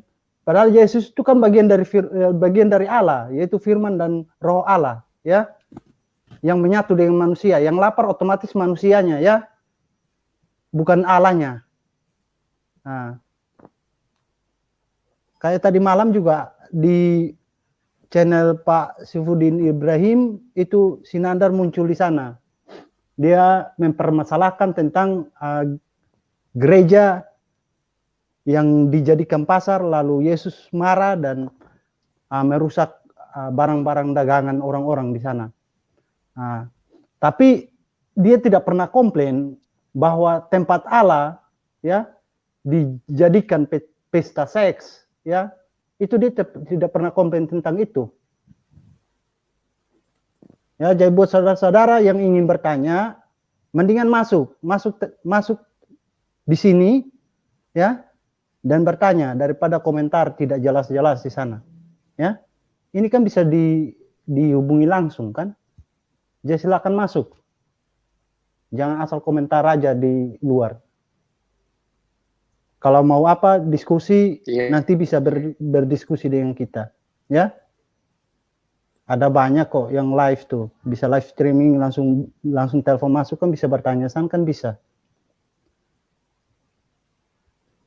Itu aja, Pak. Ya, Terima kasih. Oke. Ya, bagi teman-teman yang ingin bertanya, ingin berdiskusi, silakan masuk ya. Linknya kami sudah kirimkan. Jadi daripada mengemukakan komentar-komentar yang negatif, ya, komentar-komentar hanya istilahnya Anda tanpa Anda sadari, Anda hanya memberi diri untuk menjadi alatnya setan, untuk memberikan penghinaan-penghinaan terhadap sesuatu yang Anda tidak mengerti. Silakan masuklah untuk bertelepon, berdiskusi dengan kami. Dan kami akan menjawab semua pertanyaan Anda dengan catatan berdiskusi yang bermartabat, intelektual, ya. Jadi apa yang Anda tanyakan kami akan jawab gitu. Tapi kalau Anda hanya sifatnya ingin menyerang, ya tidak perlu Anda masuk ke link ini, karena link ini bukan untuk sesuatu yang sia-sia. Ya, kalau perdebatan kusir itu sesuatu yang sia-sia, sesuatu yang tidak berguna. Anda carilah kelompok-kelompok yang bisa untuk berajang kesia-siaan, silakan. Tapi kalau Anda ingin mendapatkan ilmu, mendapatkan manfaat, mendapatkan pengetahuan, Anda boleh masuk dan kami akan jawab gitu loh. Kami akan menjawab semua pertanyaan Anda tentang Alkitab, itu semuanya ada jawaban, ya. Alkitab itu kebenaran. Alkitab itu sesuatu firman Tuhan. Jadi semuanya itu Roh Kudus akan menjelaskan, memberi hikmat, pengertian untuk kita bisa menjadi mengerti. Banyak yang tidak mengerti, mereka berpikir seperti tadi yang disebutkan Pak James, seolah-olah kenapa Tuhan merusak barang-barang yang ada di bait Allah. Itu kan kalian tidak mengerti apa tujuannya. Oke, silakan Anda masuk kalau memang Anda ingin bertanya, ya. Dan biarkan kita untuk berdiskusi secara jelas. Oke? Kita pindah ke penelpon selanjutnya, Pak Taufik. Selamat malam, Pak Taufik. Halo, selamat malam. Saya dengar, Pak? Malam. Bisa. Ya. Terima kasih atas kesaksian yang baru lagi dari Pak Yusuf ini, menghadirkan kesaksian yang supaya variatif, Pak, supaya terlihat bahwa Tuhan Yesus mengasihi semua latar belakang, semua suku, semua bangsa, semua dari semua manusia. Tuhan Yesus tidak pernah pilih-pilih. Tidak pernah pilih-pilih hanya agama tertentu yang Tuhan Yesus datangi untuk kasih dan selamatkan, ya. Tuhan Yesus mengasihi setiap orang, bahkan orang-orang yang menolak, membenci. Itu Tuhan Yesus datang dan menunjukkan dirinya dan kasihnya. Kenapa? Karena dia Tuhan yang benar. Dia Tuhan yang memang benar-benar yang menciptakan setiap manusia. Ya, manusia itu ciptaan dia, makanya dia sangat mengasihi mereka. Dia ingin merangkul dan menyelamatkan, dia ingin menolong setiap manusia. Jadi tidak pernah pilih-pilih, oh nanti kalau matanya sipit baru Tuhan datang lebih cepat gitu loh. Ya, kalau dompetnya tebal baru Tuhan datang lebih cepat. Enggak. Semua manusia, siapa saja yang mau buka hati, Anda silakan coba. Asal Anda buka hati dan mau bertanya, siapa Tuhan itu yang sebenarnya? Apakah Yesus engkau adalah Tuhan yang benar? Asal Anda benar-benar mau mencari kebenaran itu, pasti Tuhan Yesus akan datang. Saya pastikan itu, dia akan datang di dalam hidupmu. Oke, Pak Taufik, silakan Pak, apa yang mau ditanyakan Pak? Karena tadi Pak James tadi singgung soal yang semalam itu di channelnya Pak Saifuddin Ibrahim. Saya juga terima kasih buat Pak James, karena Pak James malam itu juga memberi boleh dibilang tendangan penalti yang telak buat Nandar. Memang Nandar di tempat Pak Yusuf juga dia menggunakan beberapa nama ya, untuk ya karena mungkin niatnya Pak bukan bertanya lagi, niatnya hanya untuk mencobai atau merecoki. Jadi bukan ada niat mencari tahu Tuhan, atau seperti yang Ibu Ayin alami ini. Dia memang butuh suatu bukti tentang Tuhan, dan saksiannya Bu Ain membuktikan bukan cuma dari biasanya dari agama Muslim, tapi dari agama seperti Pak Yusuf juga bilang dari yang kepercayaan yang lain juga. Mungkin juga ada banyak Pak Jawen atau apa segala, mereka juga banyak mendapatkan pengetahuan atau mendapatkan apa yang mereka cari, ya itu Tuhannya, ya karena mereka benar-benar ingin mencari siapa Tuhan itu, bukan yang ingin menyalah-nyalahkan. Ibu Ayun terima kasih kesaksiannya, dan pada Pak Yusuf terima kasih juga sudah diberikan kesempatan. Maju terus Pak. Tuhan Yesus berkati buat Pak Taufik. Yusuf dan Ibu Oke, Ayun. Pak Taufik. Ya. Oke, Pak Taufik, puji Tuhan, kita memang malam hari ini kita menghadirkan narasumber yang berlatar belakang dari agama yang lain. Biasanya kita menghadirkan dari bahwa kasih Tuhan itu memang menjangkau semua latar belakang, semua agama, semua suku, semua. Bagi Tuhan semuanya itu adalah anak-anaknya, dan Tuhan sangat mengasihi setiap manusia. Jadi kita hadirkan ini supaya memperkaya pengertian kita bagaimana Tuhan sangat mengasihi setiap manusia. Oke, dan mungkin ada yang bertanya apakah narasumber yang dari Muslim yang percaya Tuhan Yesus sudah nggak ada? Oh, sangat banyak, saudaraku. Ini berbaris, ini antri begitu banyak. Ya, cuman kami coba kemas supaya terlihat bahwa Tuhan Yesus itu memang benar-benar sangat sayang kepada siapapun. Jadi kita hadirkan malam hari ini dengan latar belakang yang berbeda, dari agama yang berbeda, supaya semua menjadi jelas bahwa Tuhan Yesus cinta segala bangsa. Tuhan Yesus cinta setiap suku. Tuhan Yesus cinta segala-gala yang ada di dalam bawah kolong langit ini. Oke, kita pindah ke penelpon selanjutnya ke Pak Pencerah. Ya, Pak Pencerah, silakan. Dengar Malam, suara saya Pak. nggak? Dengar, Dengar Pak. suaranya. Ya, Saya dari agama Buddha ini. ya, silakan Pak. Iya. Oh, saya juga ikut selamatlah ke Ibu Ayen bisa memasuki agama Kristen, karena itu adalah pengalaman spiritual masing-masing ya. Saya juga dulunya dari agama Kristen bisa masuk ke agama Buddha. Karena saya yakin agama Buddha itu malah mencerahkan hidup saya. Saya bisa lebih toleran, bisa mengenal alam semesta lebih luas karena dari agama Buddha. Itu pun kita harus bisa hargai juga, karena ini adalah pengalaman spiritual masing-masing kan.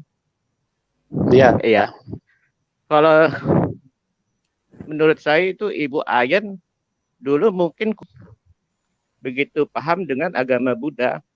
Kalau saya agama Buddha itu saya tidak ikut-ikutan jadi kemana ke kepercayaan-kepercayaan yang lain, misalnya ikut ke peramal, ikut ke jimat-jimat, nggak ada Ibu Ayen saya ke situ. Saya betul-betul fokus ke agama Buddha. Sebenarnya agama Buddha itu adalah sebab dan akibat. Kalau Ibu Ayen buat sebab jelek, selalu suka marah-marah. Ya jodohnya jodoh ke yang jelek-jelek masuknya. Suka ke peramal-peramal yang ke arah, ya itu nanti masuknya seperti kata-kata peramal itu yang jelek-jelek aja muncul. Kalau saya beragama Buddha, saya berpikir yang baik-baik, akhirnya jodoh saya pun baik. Dulunya saya sebelum beragama Buddha, saya suka pemarah. Saya suka berpikir yang aneh-aneh. Tapi anehnya setelah saya beragama Buddha, saya tidak berpikir yang aneh-aneh. Dan saya betul-betul yakin dengan agama Buddha yang saya anut sekarang ini. Yaitu, ya saya juga menghargai atas keyakinan Bu Ayen bisa masuk ke Kristen dari agama Buddha. Begitu aja tanggapan saya Bu Ayen. Boleh saya jawab nggak? Ya boleh silakan. Sebentar. Ibu Ayen sebelum Ibu, sebentar Bu, saya mau bertanya dulu sedikit nih sama pencerah ini. Bapak dari Kristen mana Pak? Gerejanya di mana? Pendetanya siapa dulu yang pernah melayani Bapak? Supaya jelas gitu ya.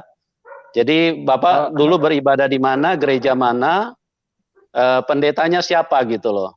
Sehingga Bapak bisa meninggalkan Tuhan. Karena saya menyimpulkan bahwa Bapak sama sekali tidak mengerti Tuhan Yesus kalau Bapak sampai meninggalkan Tuhan Yesus. Ya silakan Pak. Bapak jawab dulu Pak. Bapak gereja di mana? Ya. Baik, saya kasih bocoran sedikit aja Pak ya. Saya juga nggak pernah bertanya Bapak itu dari gereja mana kan. Saya kasih tahu. Enggak apa-apa supaya jelas. Karena Bapak kan bilang Bapak kan orang Kristen ya. Jadi Bapak harus beritahu Bapak gereja mana, pendetanya siapa gitu loh. Ya, silakan. Dulu saya masih kecil sih. Saya kalau masih kecil berarti Bapak nggak mengerti ya. Enggak. Jadi artinya berbicara itu harus harus jelas. Dari SMA. Iya, SMA itu berarti bukan anak kecil, Pak. Iya. Saya tuh dulu dari GPIB, Paulus. Ya, GPIB mana, Pak? Di jalan apa ya itu ya? Taman Surapati ya? Iya. Oh, berarti Bapak nggak gereja, Pak. Kalau Bapak pernah gereja, Bapak pasti tahu betul Gereja di Beda. mana, gembalanya siapa, itu. Ya Itu sudah Pak, berarti GPIB. Bapak punya keterangan ini sulit untuk dipertanggungjawabkan. Ya Jadi sudah Bapak Pak ya, kita jadi nggak percaya ganti saya gitu penelpon Pak. selanjutnya ya. Maaf Pak, ya Pak, Bapak jadi karena nggak Bapak percaya ini saya? ya jelas karena ya makanya saya tanya, Bapak gerejanya di Tadi kan mana, sudah kasih tahu, gembalanya saya siapa gitu loh. Bapak GPIB Paulus. Pak, udah nggak apa-apa, saya jawab ya. Bagi saya Iya, beda ya. sekali ya. Kalau di agama yang dulu, Hmm. saya harus berbuat baik, baru dapat imbalan. Kalau saya berbuat jahat, saya akan reinkarnasinya jadi binatang. Saya nggak sanggup. Kalau yang dulu nggak sanggup pasti. Mana ada satu manusia pun bisa berbuat baik. Mau semana kebaikan kita yang Tuhan inginkan.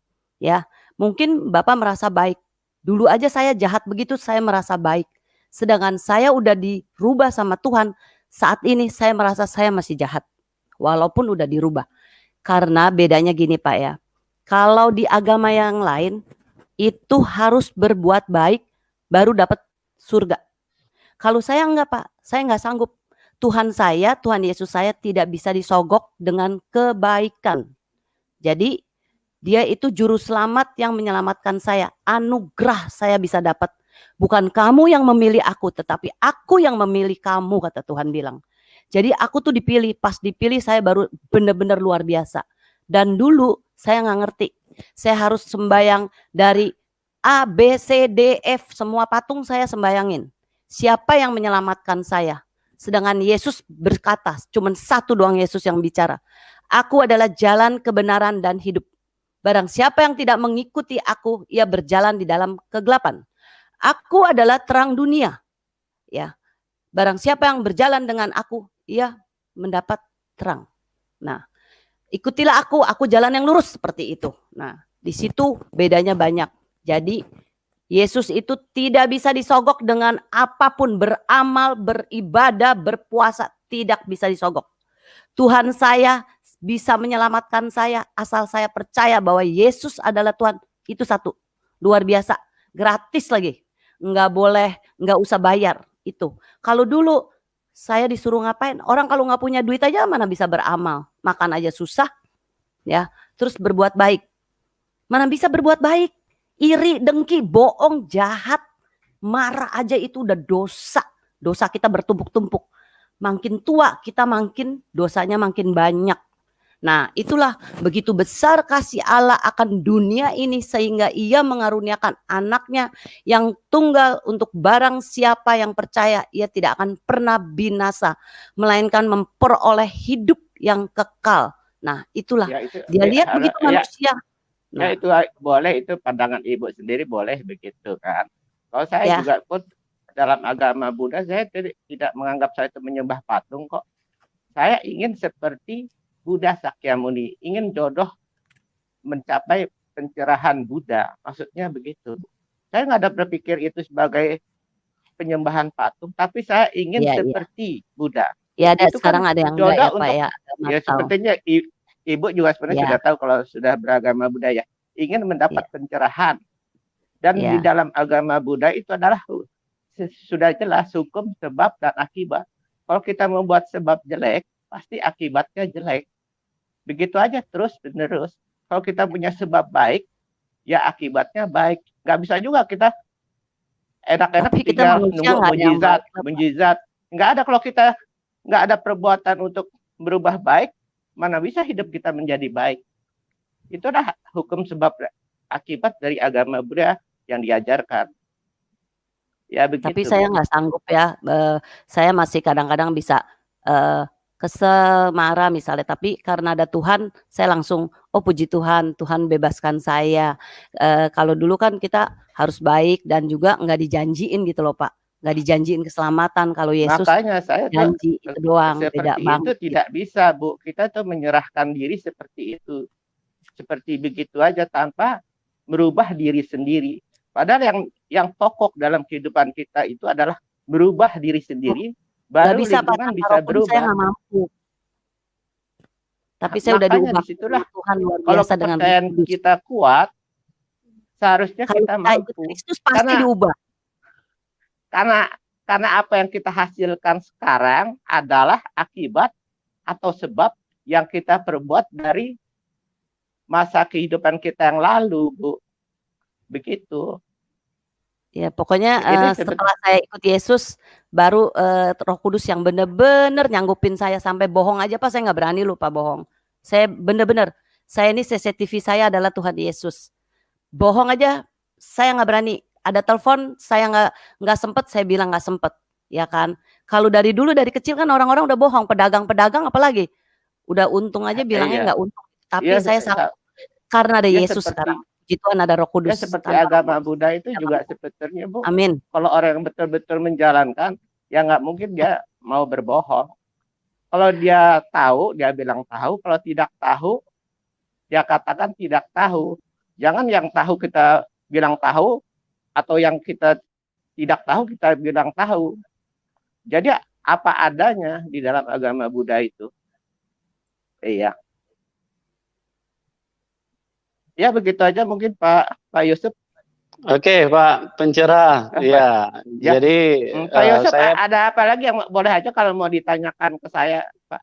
ya enggak, saya mau luruskan sedikit karena Ya. tadi ada yang komentar di live chat seolah-olah kalau saya Ya. tanya gereja di mana itu sifatnya pertanyaan pribadi. Itu bukan pribadi, itu artinya saya harus meluruskan karena tadi Pak Pencerah ini bilang kalau dia dari Kristen masuk ke Buddha. Makanya saya kan juga harus bertanya kenapa? Karena saya sangat tidak yakin kalau orang mengerti tentang kasih Tuhan Yesus, mengerti tentang Injil, kemudian bisa meninggalkan Injil. Itu mustahil, sangat Enggak, mustahil, ya. impossible gitu loh. Saya Makanya kasih penjelasan ya, saya Pak ya. enggak, makanya sebentar, saya ngomong dulu Pak. Ya, silakan. Makanya saya perlu perjelas Bapak gereja di mana supaya saya artinya yang menonton ini kan ribuan orang ya. Jadi kita di dalam setiap kesaksian atau di dalam setiap diskusi kita itu kan harus ada bukti-bukti yang ilmiah. Sama seperti misalnya Bu Ayin. Kalau ditanya dia Buddha di mana, kelenteng di mana, dia semua bisa jawab kok. Dan itu bukan pribadi. Kalau yang pribadi itu misalnya alamat rumah, ya, nah itu memang pribadi. Itu tidak bisa dipublikasi atau mungkin nomor rekening kalau misalnya beliau tidak mau dipublikasikan, itu sifatnya pribadi, ya. Tapi kalau misalnya bilang latar belakang, apalagi bilang saya punya kepercayaan ini dulu, nah itu harus diuji.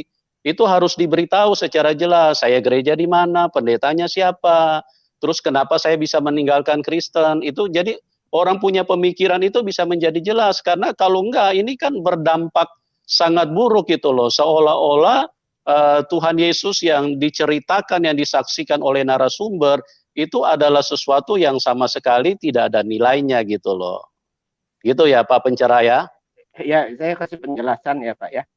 Ya silakan. Walaupun saya di dalam agama Buddha itu pun sudah biasa lah Pak. Saya tahu mereka itu misalnya dari agama lain masuk ke agama Buddha. Atau setelah lama-lama bertahun-tahun dia meninggalkan agama Buddha menjadi Kristen. Itu soal yang lumrah aja menurut saya sih Pak. Ya orang yang dari Kristen masuk ke agama Buddha pun banyak. Lama-lama dia meninggalkan lagi agama Buddha, ya banyak juga. Itu buat saya sudah hal yang biasa. Ya. Dan kenyataan yang saya hadapi ya, pengalaman yang saya hadapi. Itu bukan saya ngarang-ngarang, dan saya juga nggak ngarang-ngarang. Kalau saya dari Kristen ke Buddha itu nggak ngarang-ngarang, Pak. Memang betul. Ya, makanya tadi kan saya harus perjelas gitu loh, pada saat kapan Bapak meninggalkan Kristen. Nah, tadi kan Bapak sudah sempat jawab. Jawaban pertama waktu Bapak masih kecil. Nah, terus kemudian jawaban kedua Bapak bilang tidak terlalu kecil karena saya sudah SMA. Nah, jadi itu ceritanya begini ya, saya ceritakan sedikit ya. Ya. Saya itu agama Buddha saya anut dari semenjak saya SMP. Saya tahu ya. Itu kan saya pelajari. Banyak juga pertentangan dari orang tua atau apa kan. Setelah itu, setelah Bapak SMA, belajar baru saya ya. Bapak belajar agama Buddha dari kapan? Dari SMP. Dari SMP. Oke, ya. Terus? Setelah itu mantap.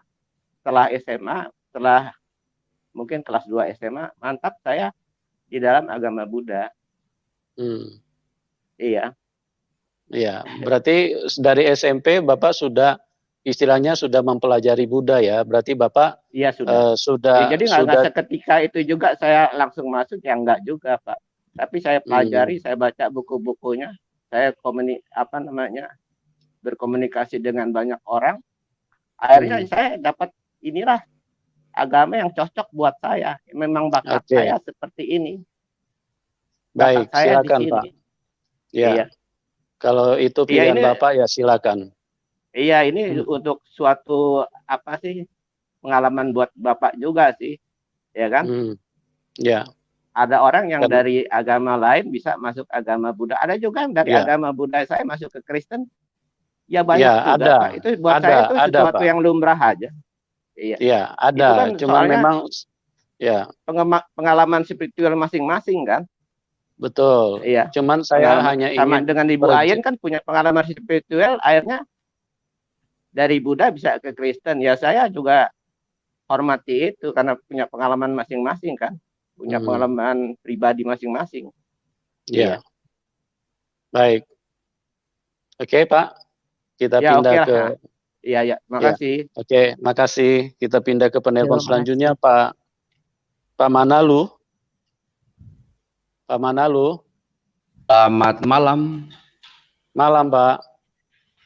Salam untuk Ibu dan Bapak. Ya. Shalom.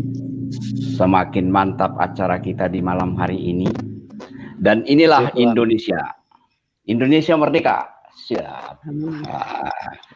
Dan kitalah negara yang berpancasila, negara Kesatuan Republik Indonesia ini harus kita akuin. Dan Undang-Undang Dasar pun telah mengatur bahwa kita bebas untuk menganut agama kita masing-masing. Termasuk tadi Pak Pencerah menyampaikan argumennya, dia dari berlatar agama Kristen masuk ke agama Buddha. Oke, tidak jadi masalah. Itu semuanya diakui oleh negara dan diayomi oleh negara itu sendiri. Berikutnya saya rasa di dalam perdebatan atau diskusi antar agama ini tidak akan ketemu kalau tidak diambil dulu simpulnya kita mau bicarakan di mana. Contohnya ini masalah Kristen. Kita yakin bahwa dalam kehidupan ini akan berakhir, mati, dan ada kehidupan kembali, yaitu kehidupan yang kekal. Apakah ini sama seperti yang diyakini oleh saudara-saudara kita yang beragama Buddha, agama Hindu? Di sini titiknya. Sekarang mungkin muncul di dalam keyakinan daripada saudara-saudara kita, saya belum pernah mempelajari sepenuhnya ya, orang mati akan berinkarnasi.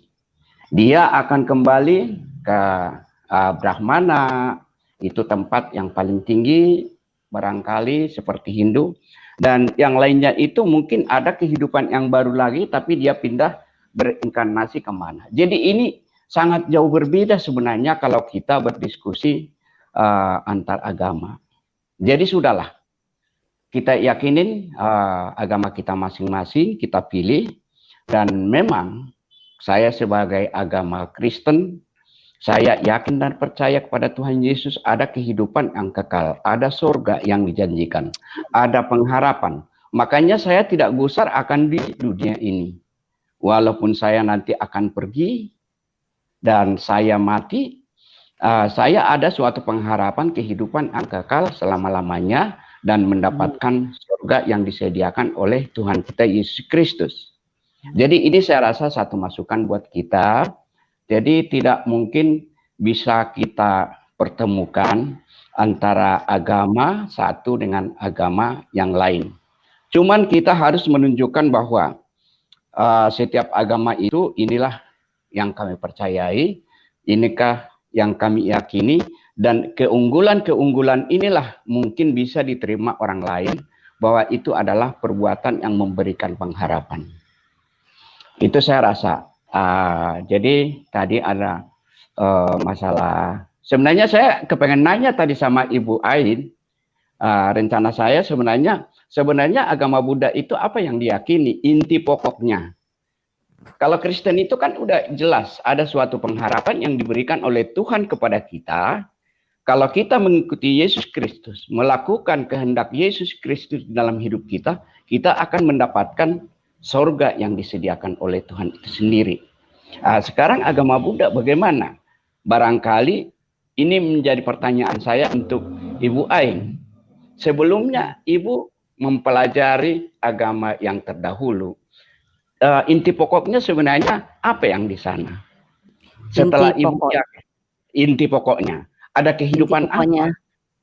Ada pengharapan apa kalau kita misalnya pergi ke kelenteng, terus kita sembahyang? Itu aja pertanyaan saya hanya satu untuk Ibu dulu. Ya Pak, justru Pak, nomor satu itu ya, saya juga nggak tahu siapa yang kasih saya keselamatan, karena di dalam wihara itu banyak sekali patungnya, modelnya beda-beda. Ada Kuan Im, ada Julaihut, ada Pakung Pakpo, ada macem-macem gitu ya Pak ya. Terus saya harus ngadep langit gitu ya, Tuhan Allah. Jadi di situ nggak ada, cuman disuruhnya hanya berbuat baik gitu. Berbuat baik, nanti reinkarnasi. Kalau misalnya saya nggak berbuat baik, akhirnya saya nggak jadi manusia lagi gitu. Nah seperti itu. Nah sedangkan saya sembahyang kalau di rumah ya harus ngadep langit. Tapi memang sebutannya juga Tien Akung. Ada Tien Akung, Tuhan Alama Besar. Tapi kan masih ada banyak-banyak lagi yang bentuk-bentuknya beda-beda. Nah, sedangkan saya baca Injil akhirnya, aduh beda banget Pak baca Injil gitu ya. Tapi saya udah emang dijamah Roh Kudus dulu, baru saya bisa terbuka. Kalau enggak juga saya bisa berantem juga sama orang Kristen. Enak aja lu, gue juga punya itu kan, misalnya enak aja lu kamu. Saya juga punya Tuhan Allah, saya juga punya Dewa Dewi, saya punya ini. Tapi kan saya juga sebenarnya cuman ngomong doang, saya kagak ngerti. Dia yang selamatin saya, kasih pengharapan saya, kasih janji saya surga, nggak ada. Cuman disuruh berbuat baik. Mana bisa baik Pak? Sebaik manusia. Tuhan sendiri bilang kan, tidak ada satupun manusia yang baik. Tidak, kan ada di firman-Nya itu seperti itu. Jadi saya butuh juru selamat. Kalau kayak misalnya gini ya, contoh, Bapak misalnya nggak bisa masak, tapi harus ada juru masak. Nggak bisa setir mobil, harus ada juru mudi. Nggak bisa bawa pesawat terbang ke Amerika, kita udah naik terbang mau kemana tujuannya nggak bisa. Nah begitu juga kita harus ada juru selamat, yaitu Yesus Kristus. Yang tanpa kita berbuat baik, asal mengaku dia Yesus adalah Tuhan, justru dia mengampuni dosa kita, kita baru bisa berbuat baik setelah terima Yesus malahan. Saya musuh si A, waktu saya pertama terima Yesus, Roh Kudus ingetin saya punya musuh si A, punya musuh si B, udah 7 tahun nggak ngomong. Saya datengin lupa karena ada Roh Kudus. Karena ada Roh Kudus saya baru bisa. Saya sudah jadi terima anak Yesus, saya minta ampun, minta maaf ya selama ini kita pernah ribut gitu. Nah, itu ada 2 orang. Jadi itulah kuasa Roh Kudus, itu keajaiban Tuhan. Nah, kalau saya mau bersaksi banyak sekali Pak tentang kuasa Roh Kudus gitu di dalam kehidupan saya, kehidupan orang-orang yang dulu, gimana banyaklah. Tuhan tuh luar biasa gitu. Jadi tidak ada, saya nggak sanggup tanpa Tuhan Yesus. Saya disuruh berbuat baik, saya disuruh bersembayang. Lah dagang aja bohong Pak, dari kecil aja kan, anak kecil bisa bohong, udah makan permen belum makan permen, itu aja udah bohong, dosa lupa, karena Adam dan Hawa. Dan perbedaannya Alkitab kalau Tripitaka kayak gitu-gitu itu beda sekali sama perjanjian lama. Kita perjanjian baru itu jauh, nggak ada aturan manusia dari mana diciptakan, dari Kejadian, Ulangan, Imamat gitu kan. Kalau di agama Muslim masih ada samaan saudara Ishak Ismail gitu. Kalau ini nggak ada sama sekali. Tetap saya tetap galak juga. Kalau gue yang bener dulu sebelum dicolek sama Roh Kudus. Yesus yang hidup, Tuhan yang hidup. Amin Pak, gitu aja. Oke, terima kasih. Barangkali bisa saya tambahkan sedikit Pak Yusuf. Ya, jadi disinilah letak daripada perbedaan agama itu tidak bisa dipertemukan. Sebab kalau kita dengarkan tadi daripada Pak pencerah ya, dia mengatakan sebab akibat. Jadi kalau dia lakukan sesuatu yang buruk, dia akan mendapatkan yang buruk. Ini sekarang yang buruk itu, kalau saya melakukan yang buruk sekarang, kapan yang harus saya mendapatkan yang buruk juga?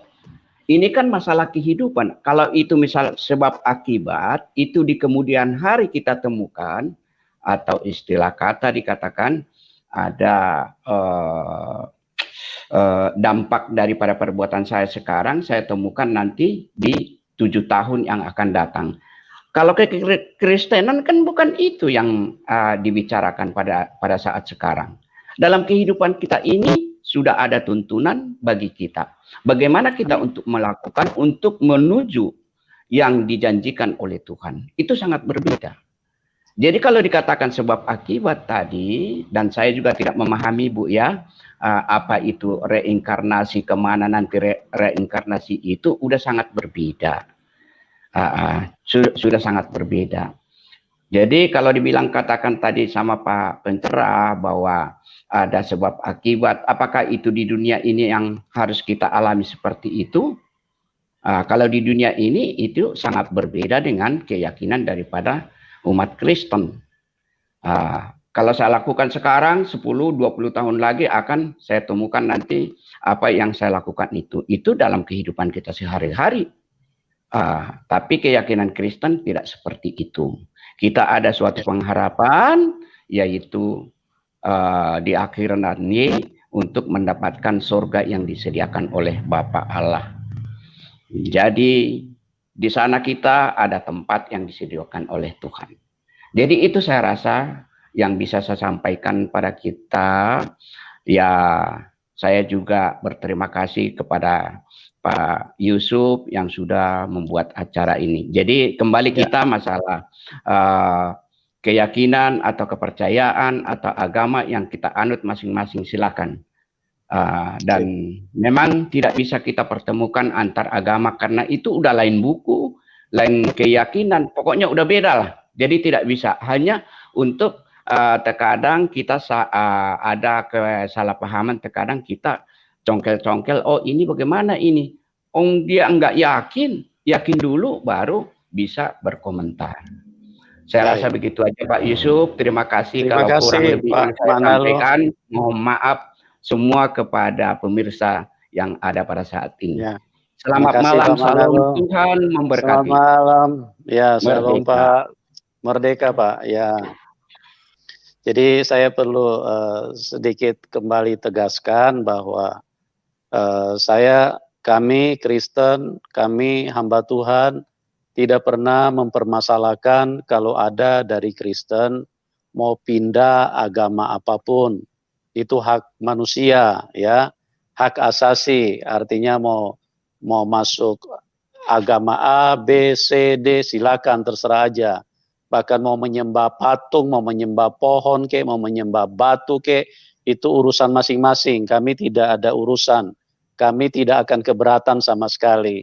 Cuma karena tadi Pak Pencerah ini dia mengatakan bahwa dia berlatar belakang Kristen. Nah, saya harus perjelas dulu karena yang setahu saya kalau orang mengenal Kristus, dia benar-benar di dalam Tuhan Yesus, ya, itu tidak akan pernah meninggalkan Tuhan. Ya, sekalipun dia korban nyawa, dia tidak akan meninggalkan Tuhan Yesus. Makanya saya hanya ingin memperjelas saja. Ya, karena banyak orang kadang suka bersaksi dusta, bilang dari Kristen, mantan pastor, mantan pendeta, tapi ternyata setelah dicek, semua itu karangan, semua itu hanya unsur menjelekan kekristenan, ya. Jadi teman-teman supaya jelas, ada 1-2 yang mengatakan, kok saya bertanya tentang pribadi, agama itu bukan pribadi, karena dia mengatakan saya dari Kristen. Saya harus perjelas dong, Kristen yang mana, gereja di mana, pendetanya siapa, supaya menjadi jelas semua bagi pendengar. Kan orang bisa mengambil satu kesimpulan, oh berarti dia memang tidak mengerti Kristen dulu, gitu. Ya, apalagi kalau misalnya ada orang mengatakan, saya pendeta dulu, gitu loh. Saya ketua misionaris, saya lulusan Vatikan. Ini dia nih, yang begini-begini nih. Ini harus diluruskan gitu, karena tidak jarang orang tampil dengan kondisi seperti itu. Oke teman-teman ya, menjadi jelas ya. Kita pindah ke Dr. Bitsel. Selamat malam, Pak Halo, Dokter. selamat malam Bu Ayin. Salam. Aduh, Shalom. luar biasa kesaksiannya Bu Ayin ya. Ya, Jadi ya, memang kalau kita sudah mengenal kebenaran, Roh Kudus memberi pencerahan itu yang memang luar biasa. Jadi saya kira terus melayani, terus lebih mendalami lagi kitab suci kita. Bagaimana kita harus hidup seperti yang Tuhan mau. Nah, jadi itu saya pikir seperti itu. Kalau teman kita tadi dia memilih pencerah tadi, saya sempat dengar kesaksian. Dia kan sudah SMP, berarti kan memang pengetahuan Kristennya belum mendalam gitu. Saya kira begitu. Jadi dia hidup tanpa bimbingan, makanya dia mencari sendiri lalu itu dianggap kebenaran, ya saya kira terserah itu imannya dia ya.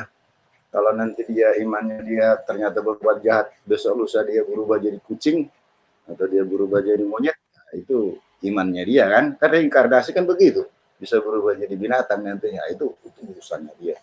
Tapi kita yang sudah mengerti kebenaran, ya mari kita terus jalan dan mari kita mengikuti apa yang perintah Yesus lakukan sendiri. Jadi ini yang kita masih kurang mungkin Pak Pak Yusuf ya.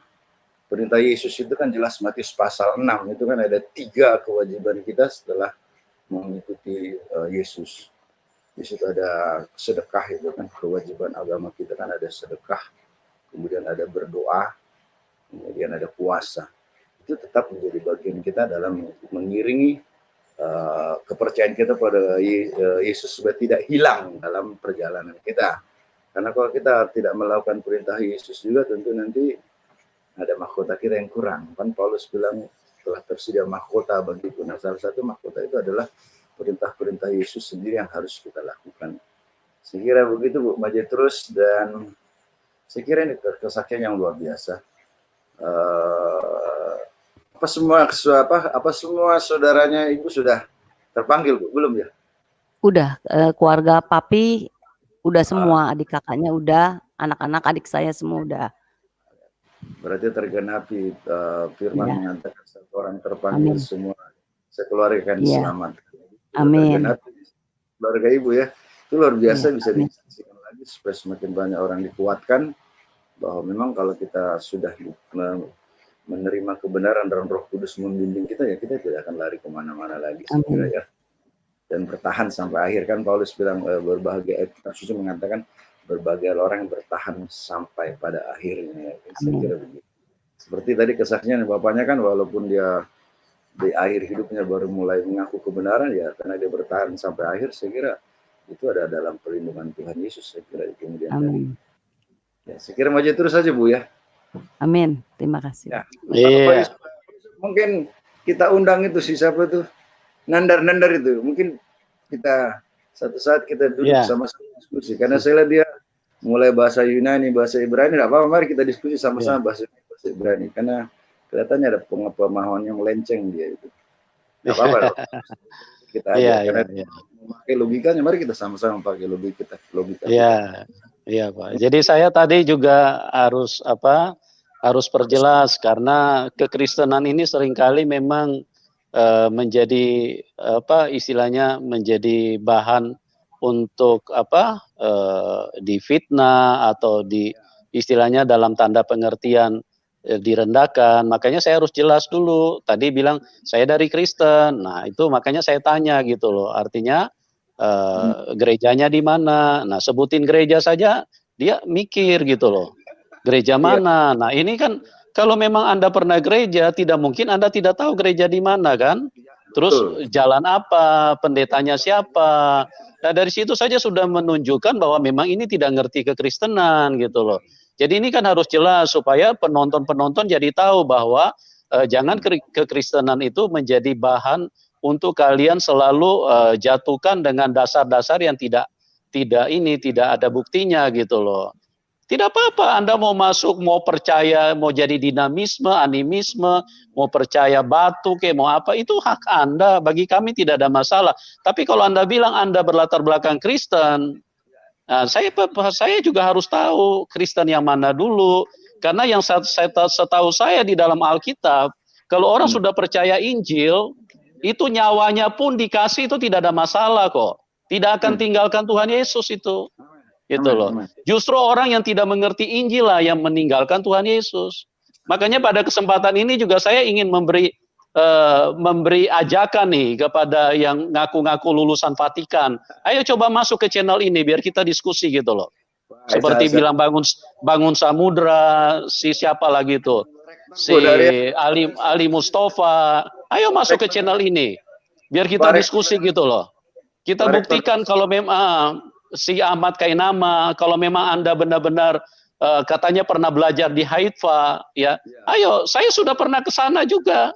Ayo kita sama-sama diskusi, kita buktikan mana ijazah kalian yang kalian ini seperti Yahya Walone yang bilang rektor mentahbiskan pendeta.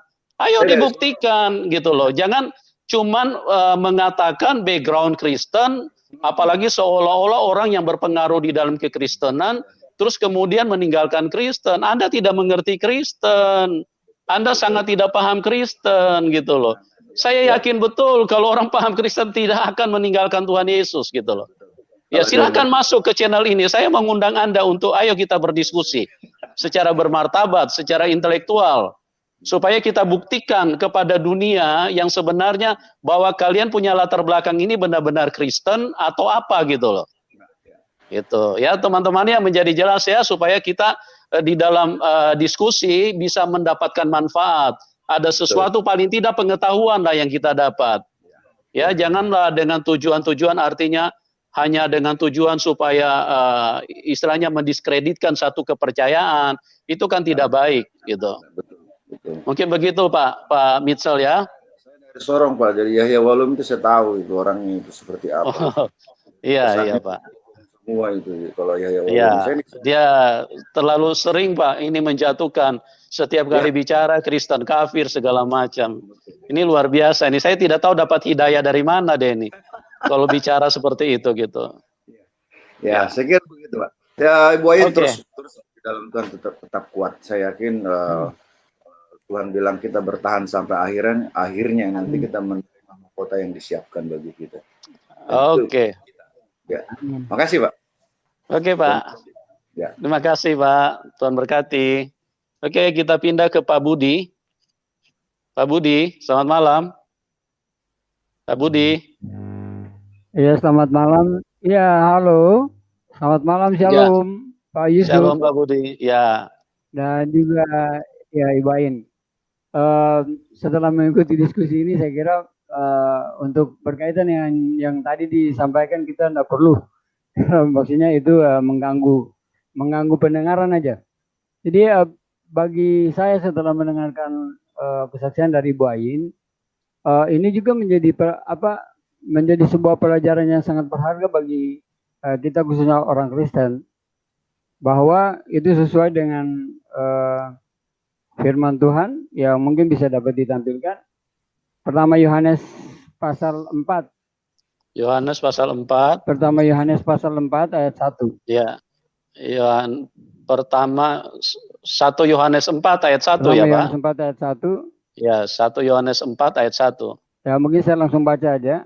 Bukan kisah para rasul, tapi pertama Yohanes 4 ayat 1. Saudara-saudaraku yang terkasih, saudara-saudaraku yang kekasih, janganlah percaya akan setiap roh, tetapi ujilah roh-roh itu. Apakah mereka berasal dari Allah? Sebab banyak nabi-nabi palsu yang telah muncul dan pergi ke seluruh dunia. Jadi saya kira Ibu Ain mengalami sebuah kesempatan untuk mengenal secara baik, mengenal akan kuasa dan kemuliaan Tuhan Yesus. Dan itu sudah dibuktikan lewat kesaksian-kesaksian tadi. Semoga saja Ibu akan tetap teguh dalam iman berkaitan dengan ketika berhadapan dengan saudara-saudara yang lain yang mungkin saja belum berkesempatan untuk menerima Tuhan Yesus. Mungkin sedikit komentar dari Ibu, apa upaya-upaya Ibu untuk berkaitan dengan saudara-saudara Ibu yang mungkin belum menerima Tuhan Yesus. Silakan Ibu. Apa? Kurang dengar. Halo, Saya ulang, heeh. mungkin bisa dibantu Pak Yusuf. Ya, bisa diulang Pak, silakan Pak. Itu Ibu Ayin sudah dengar kok. Mungkin apa namanya, bagaimana cara ibu untuk bisa meyakinkan saudara-saudara ibu yang lain yang belum menerima Yesus? Cara meyakinkan. Sebenarnya kalau kita meyakinkan, kita menginjil, itu kayaknya susah ya Pak. Paling saya cuman bisa nabur, tapi pasti Tuhan kasih cara jalan Tuhannya tuh beda-beda. Ada yang misalnya gara-gara istrinya sakit, akhirnya suaminya terima Yesus. Ada juga yang ada masalah apa, dia terima Yesus. Atau mereka ada sesuatu yang dia butuh pertolongan, akhirnya dia mencari. Tuhan Yesus emang bener tuh, katanya si Ibu Ayin begini, tolong nih, kalau memang bener ini saya pengen ketemuin gitu. Terus akhirnya saudara saya ketemuin. Seperti itulah Pak, beda-beda gitu. Kayak adik saya juga gara-gara tokonya kebakaran gitu. Adik saya lagi yang satu itu juga beda lagi.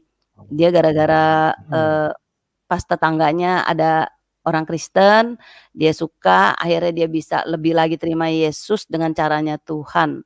Saya cuma nabur tapi Tuhan yang tuai, Tuhan yang siram semuanya gitu Pak.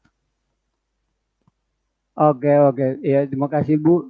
Semoga Tuhan Yesus tetap menyertai dan memberkati Ibu.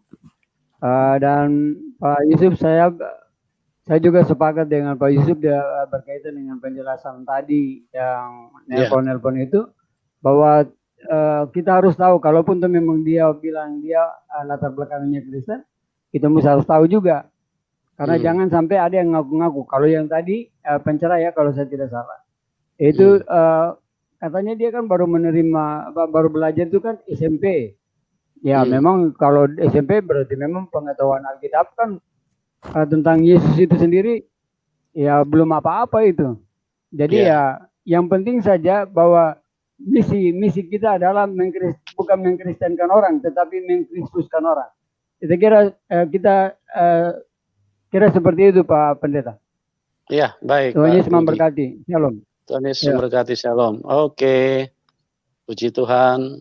Ya, kiranya semuanya menjadi jelas ya. Jadi kita benar-benar harus memberikan manfaat bagi banyak orang, memberikan kesaksian, keterangan yang dapat dipertanggungjawabkan.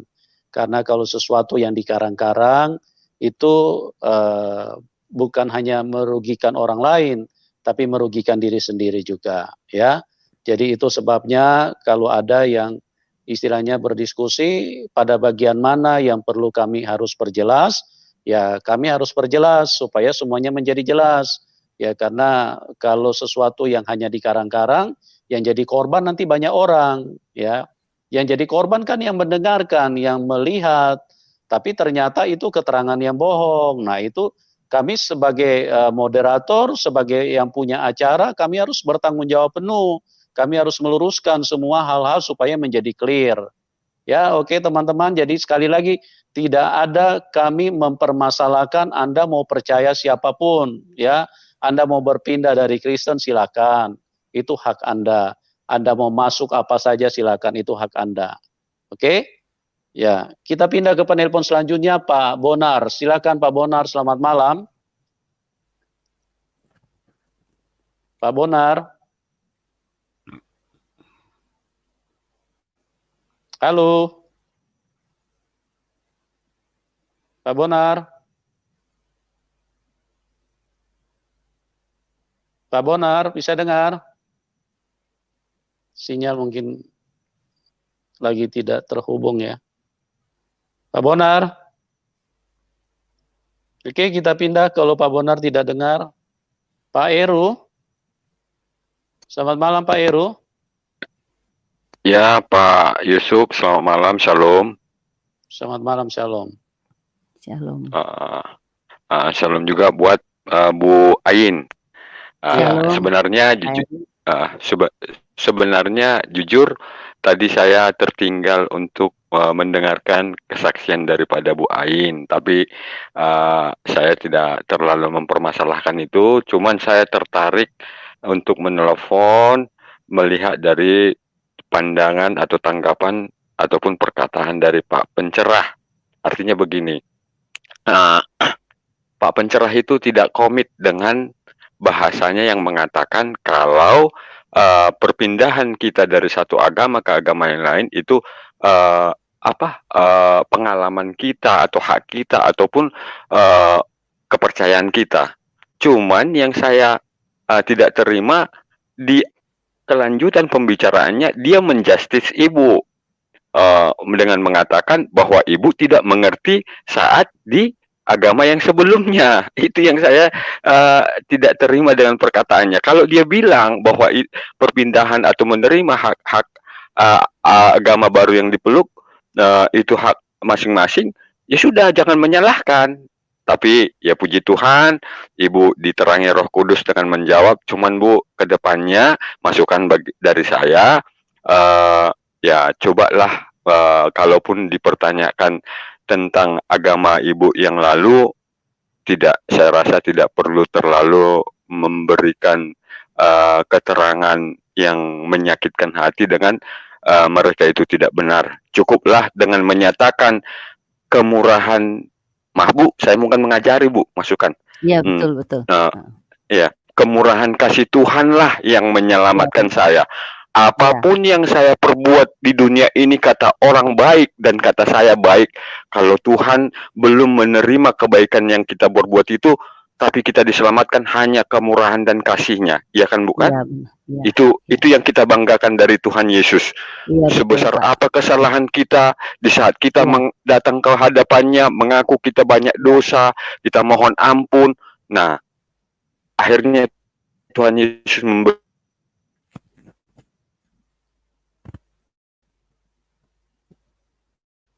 Suaranya hilang, Pak.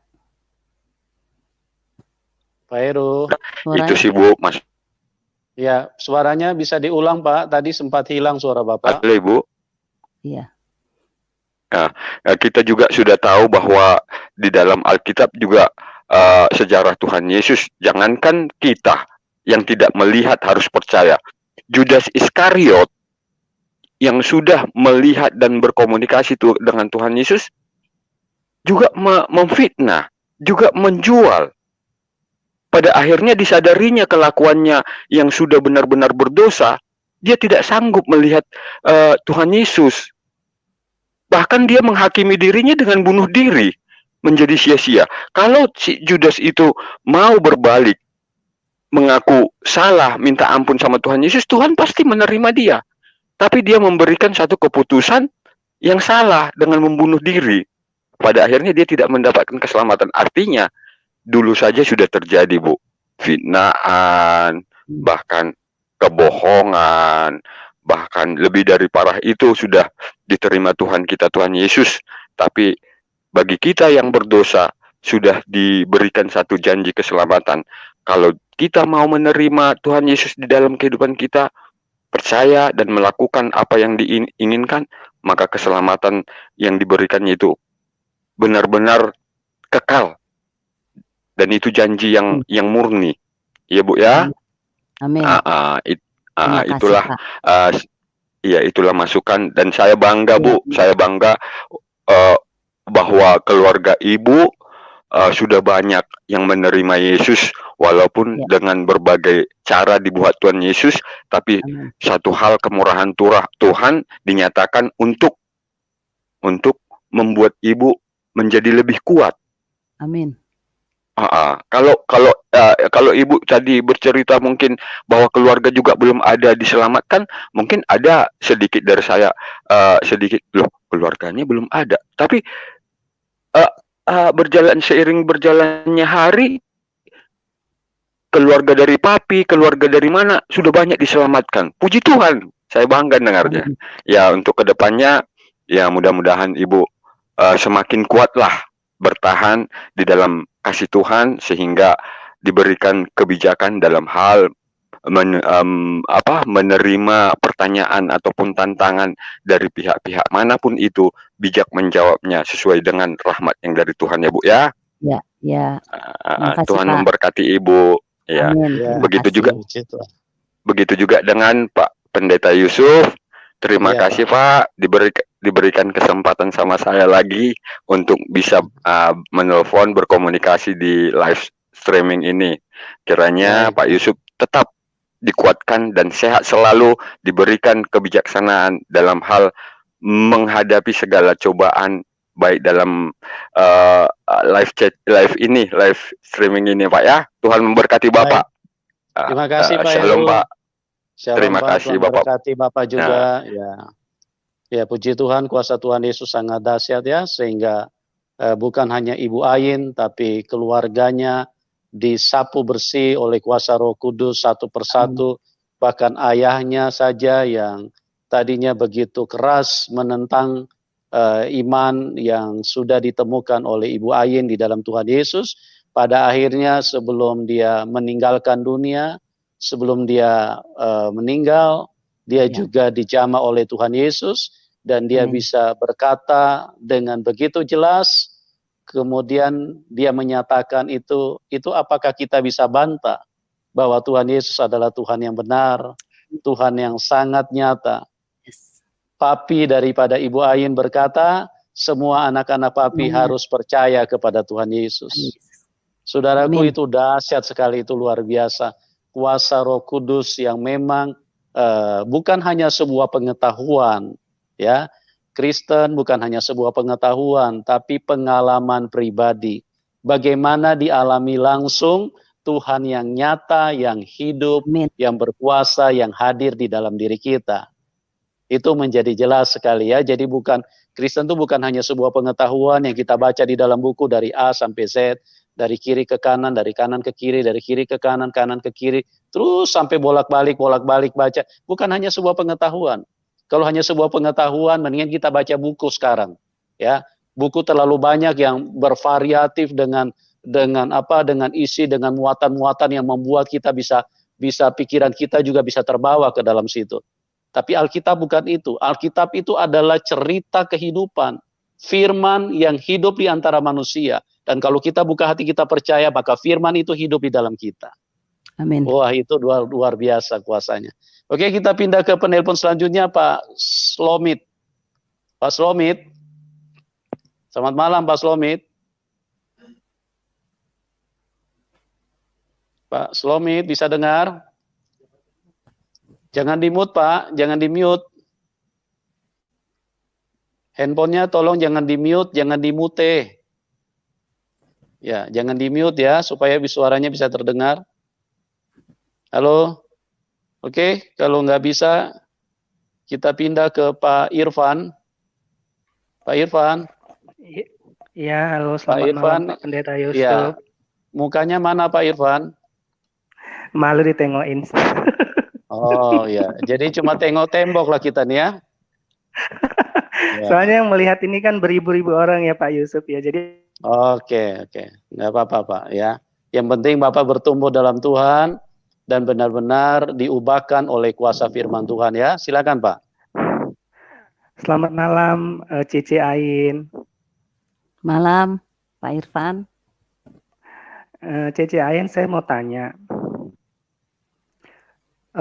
Kalau di dalam ajaran agama terdahulu kan itu kan peramal dan menyembah patung gitu. Kenapa ya kalau di orang kita Tionghoa ini sangat percaya yang namanya klinik-klinik? Iya. Itu karena meminta-minta sesuatu, itu kenapa? Sementara kan udah jelas kalau memang menghadap ke Buddha, tapi kenapa gitu? Lebih percaya seperti itu gitu, kuat banget itu, kayak Pekong gitu, sangat kuat banget gitu. Kenapa ya Bu Ain ya? Ya biasa, kalau manusia kan suka, karena dia belum mengenal kebenaran, dia kebanyakan pengen tahu masa depan dia, kepengen apa buat instan gitu kan, kepengen hidup yang bahagia tapi dengan cara ternyata yang salah. Dan itu apalagi kalau zaman orang kita ya, yang orang-orang itu banyak sekali yang ikut kayak Hong Shui gitu kan, di luar agama Buddha juga mungkin ada ya. dia demen ikut-ikutan Mm-mm. juga. Misalnya ini ngadep sini nggak boleh, hari ini nggak boleh gunting rambut, misalnya Sabtu. Saya dulu gitu kan. Terus rumah nggak Mm-mm. boleh dibendung, katanya hokinya hilang. Percaya dengan tahayul-tahayul gitu. Mm-mm. Kuburan harus ngadep begini, kayak gitu-gitu. Sebenarnya kalau saya udah kenal Tuhan Yesus, saya tahu bahwa segala sesuatu Tuhan tuh pasti janji sama kita semuanya, rancangan Tuhan tidak pernah membuat rancangan yang jahat, Menyesatkan. tetapi rancangan Iya. damai sejahtera buat setiap kita yang percaya Tuhan. Itu aja. Mm-mm. Tadi saya lucu juga ya dengar apa itu tadi kritik dari Bapak pencerah ya. Dia bilang tadi sama Bu Ayin itu hukum sebab akibat. Eh, Hukum sebab akibat itu kalau dijabarkan panjang loh gitu. Sangat panjang itu. Makanya tadi saya heran juga Ibu memang langsung di justice sama Bapak itu gitu kan. Kalau seseorang mau kepengen jadi Buddha itu nggak gimana ya. Berat juga ya Bu Ayin ya, karena itu kan yang Ibu bilang tadi mengatakan kebaikan.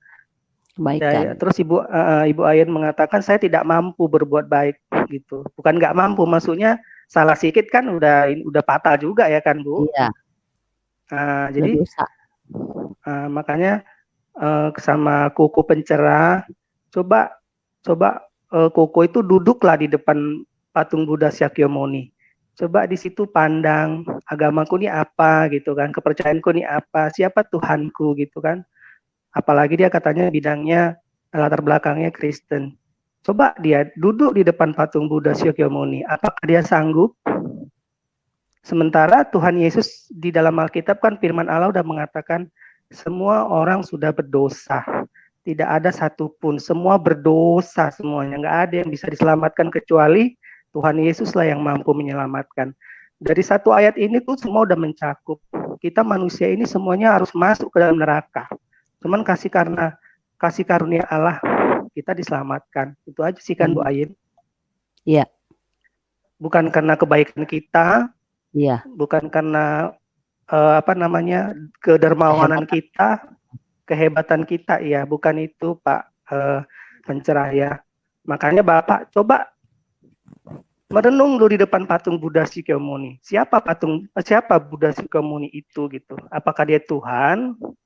Gitu. Apakah dia memang yang ciptakan kita atau siapa gitu? Coba merenung, minta gitu. Coba minta lagi, minta petunjuk sama Tuhan, gitu. Kemana nanti aku akan mati? Apakah dia bisa menyelamatkanku? Gitu. Betul kan nggak Bu Ayin? Karena dia tadi karena tadi dia udah menjustis Ibu, mengatakan hukum sebab akibat. Hukum sebab akibat itu panjang loh Bu Ayin, panjang sekali loh kalau dijabarkan, bisa error kita. Nah, makanya itulah makanya Tuhan Yesus turun ke bumi untuk mengatasi semua itu. Di dalam salib itu semua udah dipatahkan, nggak ada lagi namanya kutuk. Kutuk itu sudah ada tidak lagi.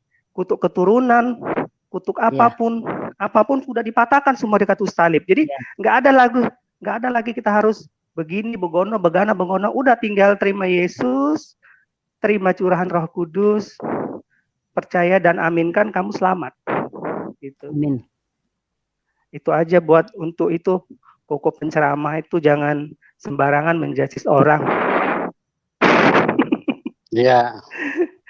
Kepada Bu Ayin, baik. terima kasih banyak. Semoga Tuhan memberkati Bu Ayin, semua sekeluarga sehat-sehat semuanya. Mudah-mudahan banyak lagi jiwa yang diselamatkan di acara program Bapak Pendeta Yusuf Manabulu ya. Makasih Pak Pendeta Yusuf. Selamat malam Bu Ayin dan Bu Pendeta. Terima kasih. Selamat malam. Irfan. Tuhan berkati. Ya, oke. Kita pindah ke penelpon selanjutnya, Pak Slomit. Pak Slomit. Halo, shalom Pak Yusuf Manubulu, Ibu Ya, Ayin. Ibu Slomit ya, silakan Ibu. Bisa dengar ya. Selamat Terima malam, shalom. kasih bisa masuk pertama kali nih nelpon ke acaranya Pak Yusuf. Sudah diberkati sekali dengan beberapa kesaksian-kesaksian, berikut juga yang sebelumnya. Tapi mohon maaf ini Ibu Ayin, tadi saya gabungnya telat, jadi kesaksian Ibu saya cuman kedapatan yang terakhirnya aja yang anak itu disembuhkan ya, dibawa ke Hong Kong, puji Tuhan, haleluya. Ya, sangat luar biasa, dahsyat Tuhan Yesus. Tuhan Yesus Iya. dahsyat. Iya, ya pertanyaan saya ke Ibu Ain, apa namanya, mungkin udah ada diterangkan sebelumnya, tapi karena saya gabungnya telat, jadi saya mungkin jadi nanyanya double ya. Tapi mohon maklum ya. Ibu Ain kan berlatar belakangnya kan Tionghoa, saya juga Tionghoa, ada nenek saya juga orang Cina.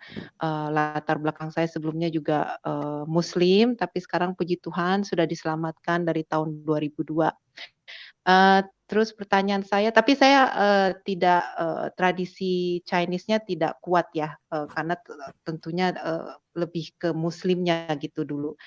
Terus yang saya mau tanyakan ke Ibu Ain, karena saya tahu kalau latar belakang Tionghoa itu kan tradisinya kental sekali ya, kuat ya. Ibu Ain masih ada melakukan tradisi-tradisi tersebut, misalnya kayak Chinese New Year, terus apa angpau, terima angpau itu bagaimana Ibu? Apa menghindari atau masih melakukan atau bagaimana? Mungkin bisa diterangkan sedikit gitu? Ya, bisa. Dulu sebelum saya ikut Yesus, saya pergi ke kuburan, saya sembahyang, Iya. paling rame-rame, bakar uang gitu kan. Iya. Terus semuanya kita lakukan dan kita sembahyang juga sama yang meninggal, misalnya sama nenek saya, sama kakek saya, minta sehat lah, minta ini gitu ya. Tapi Iya, iya. sejak kenal Tuhan, saya sama sekali tidak. Saya hanya toleransi, saya pergi ke kuburan ikut, paling saya bawain payung buat kita kalau lagi jalan panas dan juga maksudnya ya paling ada rumput kotor atau rumputnya panjang, Iya, saya iya. cabutin dari kuburan, hanya itu aja, lebihnya tidak. Iya, iya. Yang dulu sebelum waktu saya baru bertobat kan yang lain juga belum gitu ya. Jadi mereka masih sembahyang, tapi ya saya nggak ikut-ikutan gitu. Dan mereka mengerti lah. Oh ya bagus ya, puji Tuhan Ibu. Jadi nggak terlalu banyak apa namanya tekanan-tekanan Tapi dari kalau keluarga besar gitu ya. nggak ada Seperti kayak misalnya dan kayak New Year's apa Chinese New Year apa kalau Gongxing New Year Pancai. gini ya, kalau New Year kan kalau mau New Year kan ada orang juga sembayang-sembayangan di rumahnya. Itu saya sama sekali enggak. Tapi kalau namanya New Year kan kita itu pertemuan antara keluarga doang. Jadi Iya. kebudayaan bukannya tradisi yang sampai gimana. Jadi ada tradisi, ada budaya. Kalau tradisi yang Iya. penyembahan-penyembahan itu sama sekali saya enggak. Sama sekali saya enggak. Iya. Saya bahkan Iya. fanatik radikal lah. Saya benar-benar Alkitab itu saya benar-benar saya jalanin gitu ya. Dan Iya, iya, kalau iya. misalnya angpau itu, saya beli angpau gambarnya juga yang nggak mesti merah-merah juga nggak apa-apa. Tapi saya nggak ikutin, oh harus show ini. Dulu kan gini ya. Itu seperti gini, saya orangnya show macan, dibilangnya galak. Yang show tikus suka ngegrogot-ngerogot gitu kan. Istilahnya kalau di Iya, Tionghoa dulu iya. gitu ya. Iya, Show iya. babi orangnya males. Itu semua kalau saya pikir-pikir sekarang itu kayak kutuk kan. Show babi males, show kuda nanti kerjanya capek kayak gitu-gitu. Terus kita lu apa? Show-nya anjing, lu apa? Kuda gitu kan. Tapi sejak saya kenal Tuhan Yesus, saya langsung putuskan, saya patahkan semuanya itu. Jadi saya nggak ikut tradisi. Kalau orang tanya show saya nggak mau jawab. Saya bilang aja show Yesus. Saya kadang-kadang saya gitu. Iya sama. Saya Dan juga kalau ditanyain itu lahirnya kapan supaya tahu bintangnya horoskop. Saya bilang nggak tahu ya. Pokoknya ya iya. itulah. Jangan saya nggak percaya gitu loh. Nah terus kalau Iya. ya itu tadi jadi kalau misalnya lagi kebetulan Chinese New Year ya Ibu datang paling cuman untuk silaturahmi ketemu keluarga gitu ya. Iya. Tapi tidak mengikuti acara yang Iya. apa ke adat yang bukan adat apa ke keyakinan Buddha sebelumnya. Kalau angpau nggak apa-apa, kita kan kasih berkat ke mereka. Maksudnya ibu yang ngasih, tapi kalau ibu nerima bagaimana? Kalau ada yang ngasih ke ibu dengan angpau merah itu bagaimana ibu sikapnya? Itu ya kalau merah kita nggak jadiin segala sesuatu, tapi penyembahan itu nggak boleh sama sekali. Saya Ya, dan ya, ya. angpau itu gambarnya juga saya kayaknya nggak pakai gambar-gambar shio, kan biasa kalau tahun ini keluar apa saya nggak beli, saya belinya warna pink yang gambarnya Frozen kayak gitu.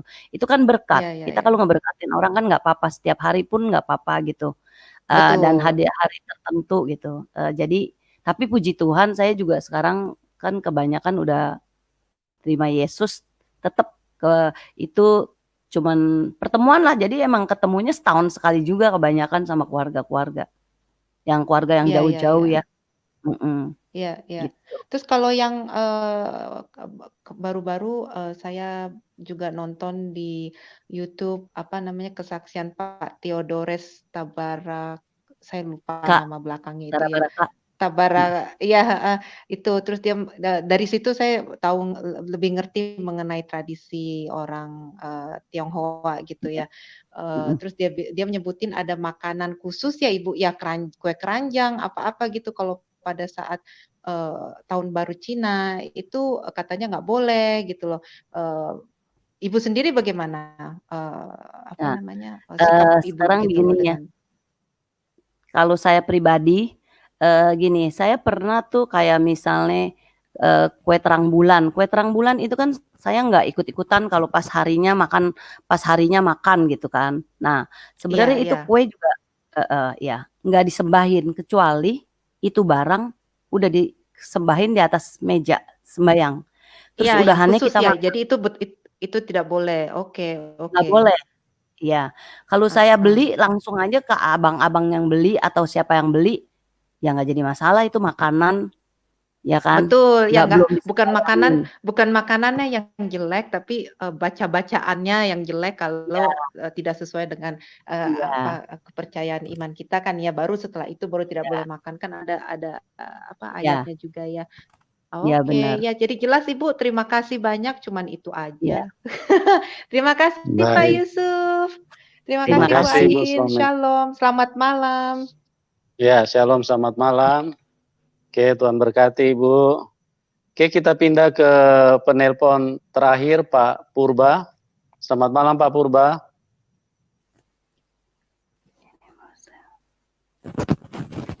Pak Purba. Pak Purba. Oke, Pak Purba. Bisa dengar? Halo. Ya, ini kelihatan jaringan belum bisa tersambung. Pak Purba.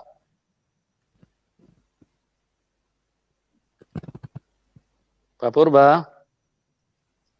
Halo.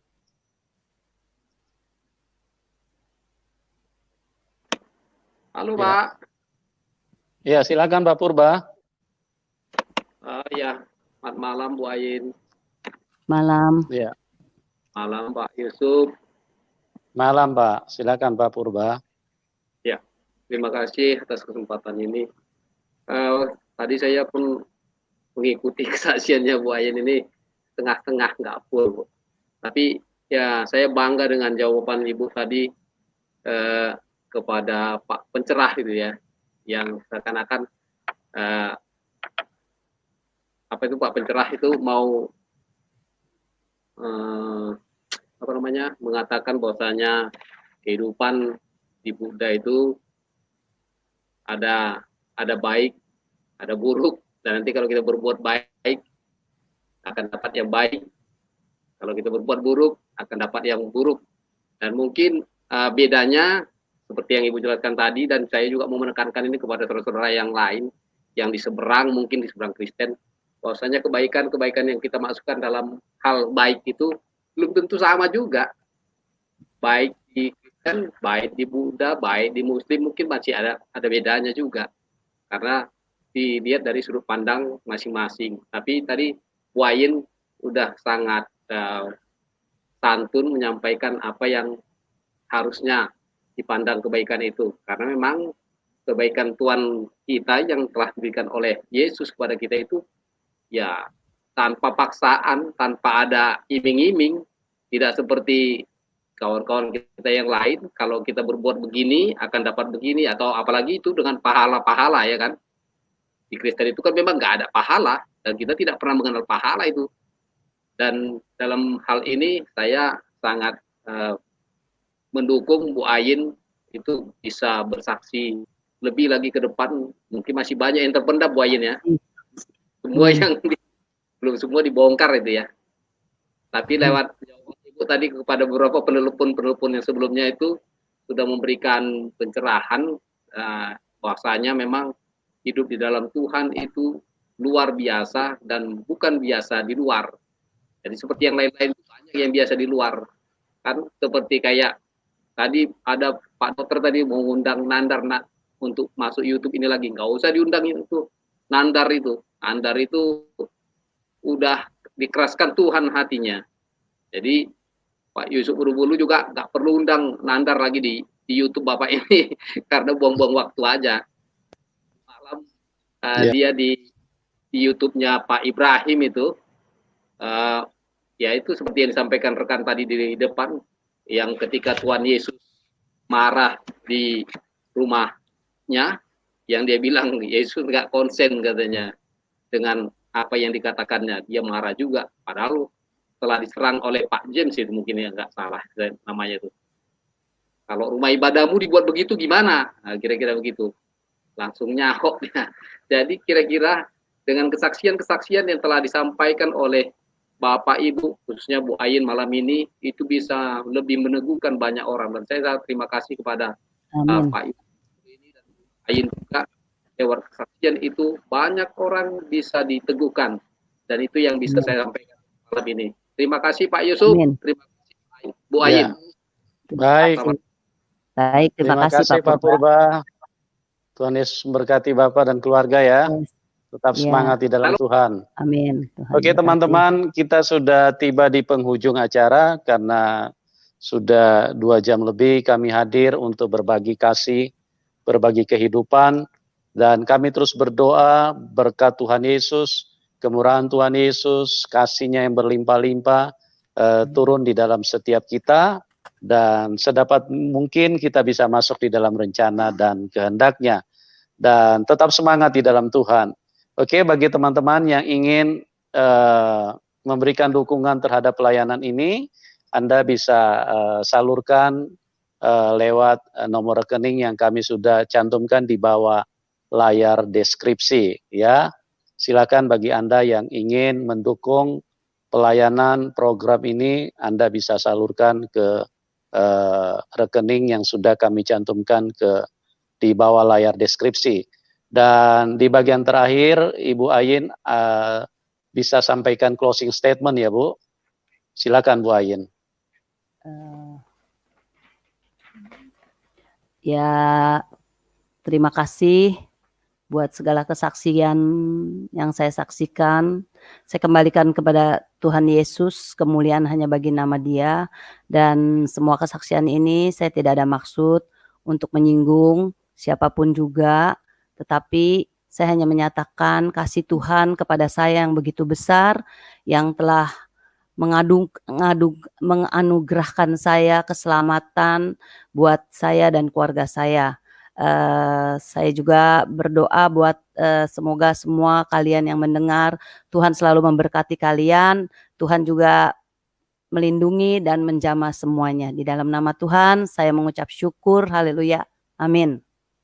Oke, baik teman-teman, kami sekali lagi mengucapkan terima kasih atas kebersamaan kita, dan kepada Bu Ayin kami menyampaikan terima kasih ya Bu, atas kemurahan hati Ibu yang sudah berkenan hadir untuk berbagi kasih dengan kami, dengan semua teman-teman yang sudah hadir di dalam live streaming ini.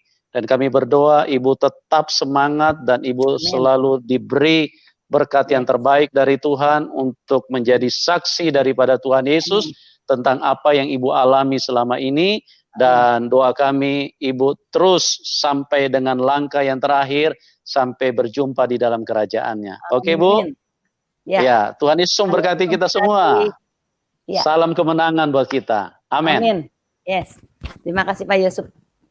Tuhan juga memberkati keluarga Bapak dan semua kru-kru di Mutadin ini. Amin. Haleluya. Ya, oke. Sama-sama Ibu.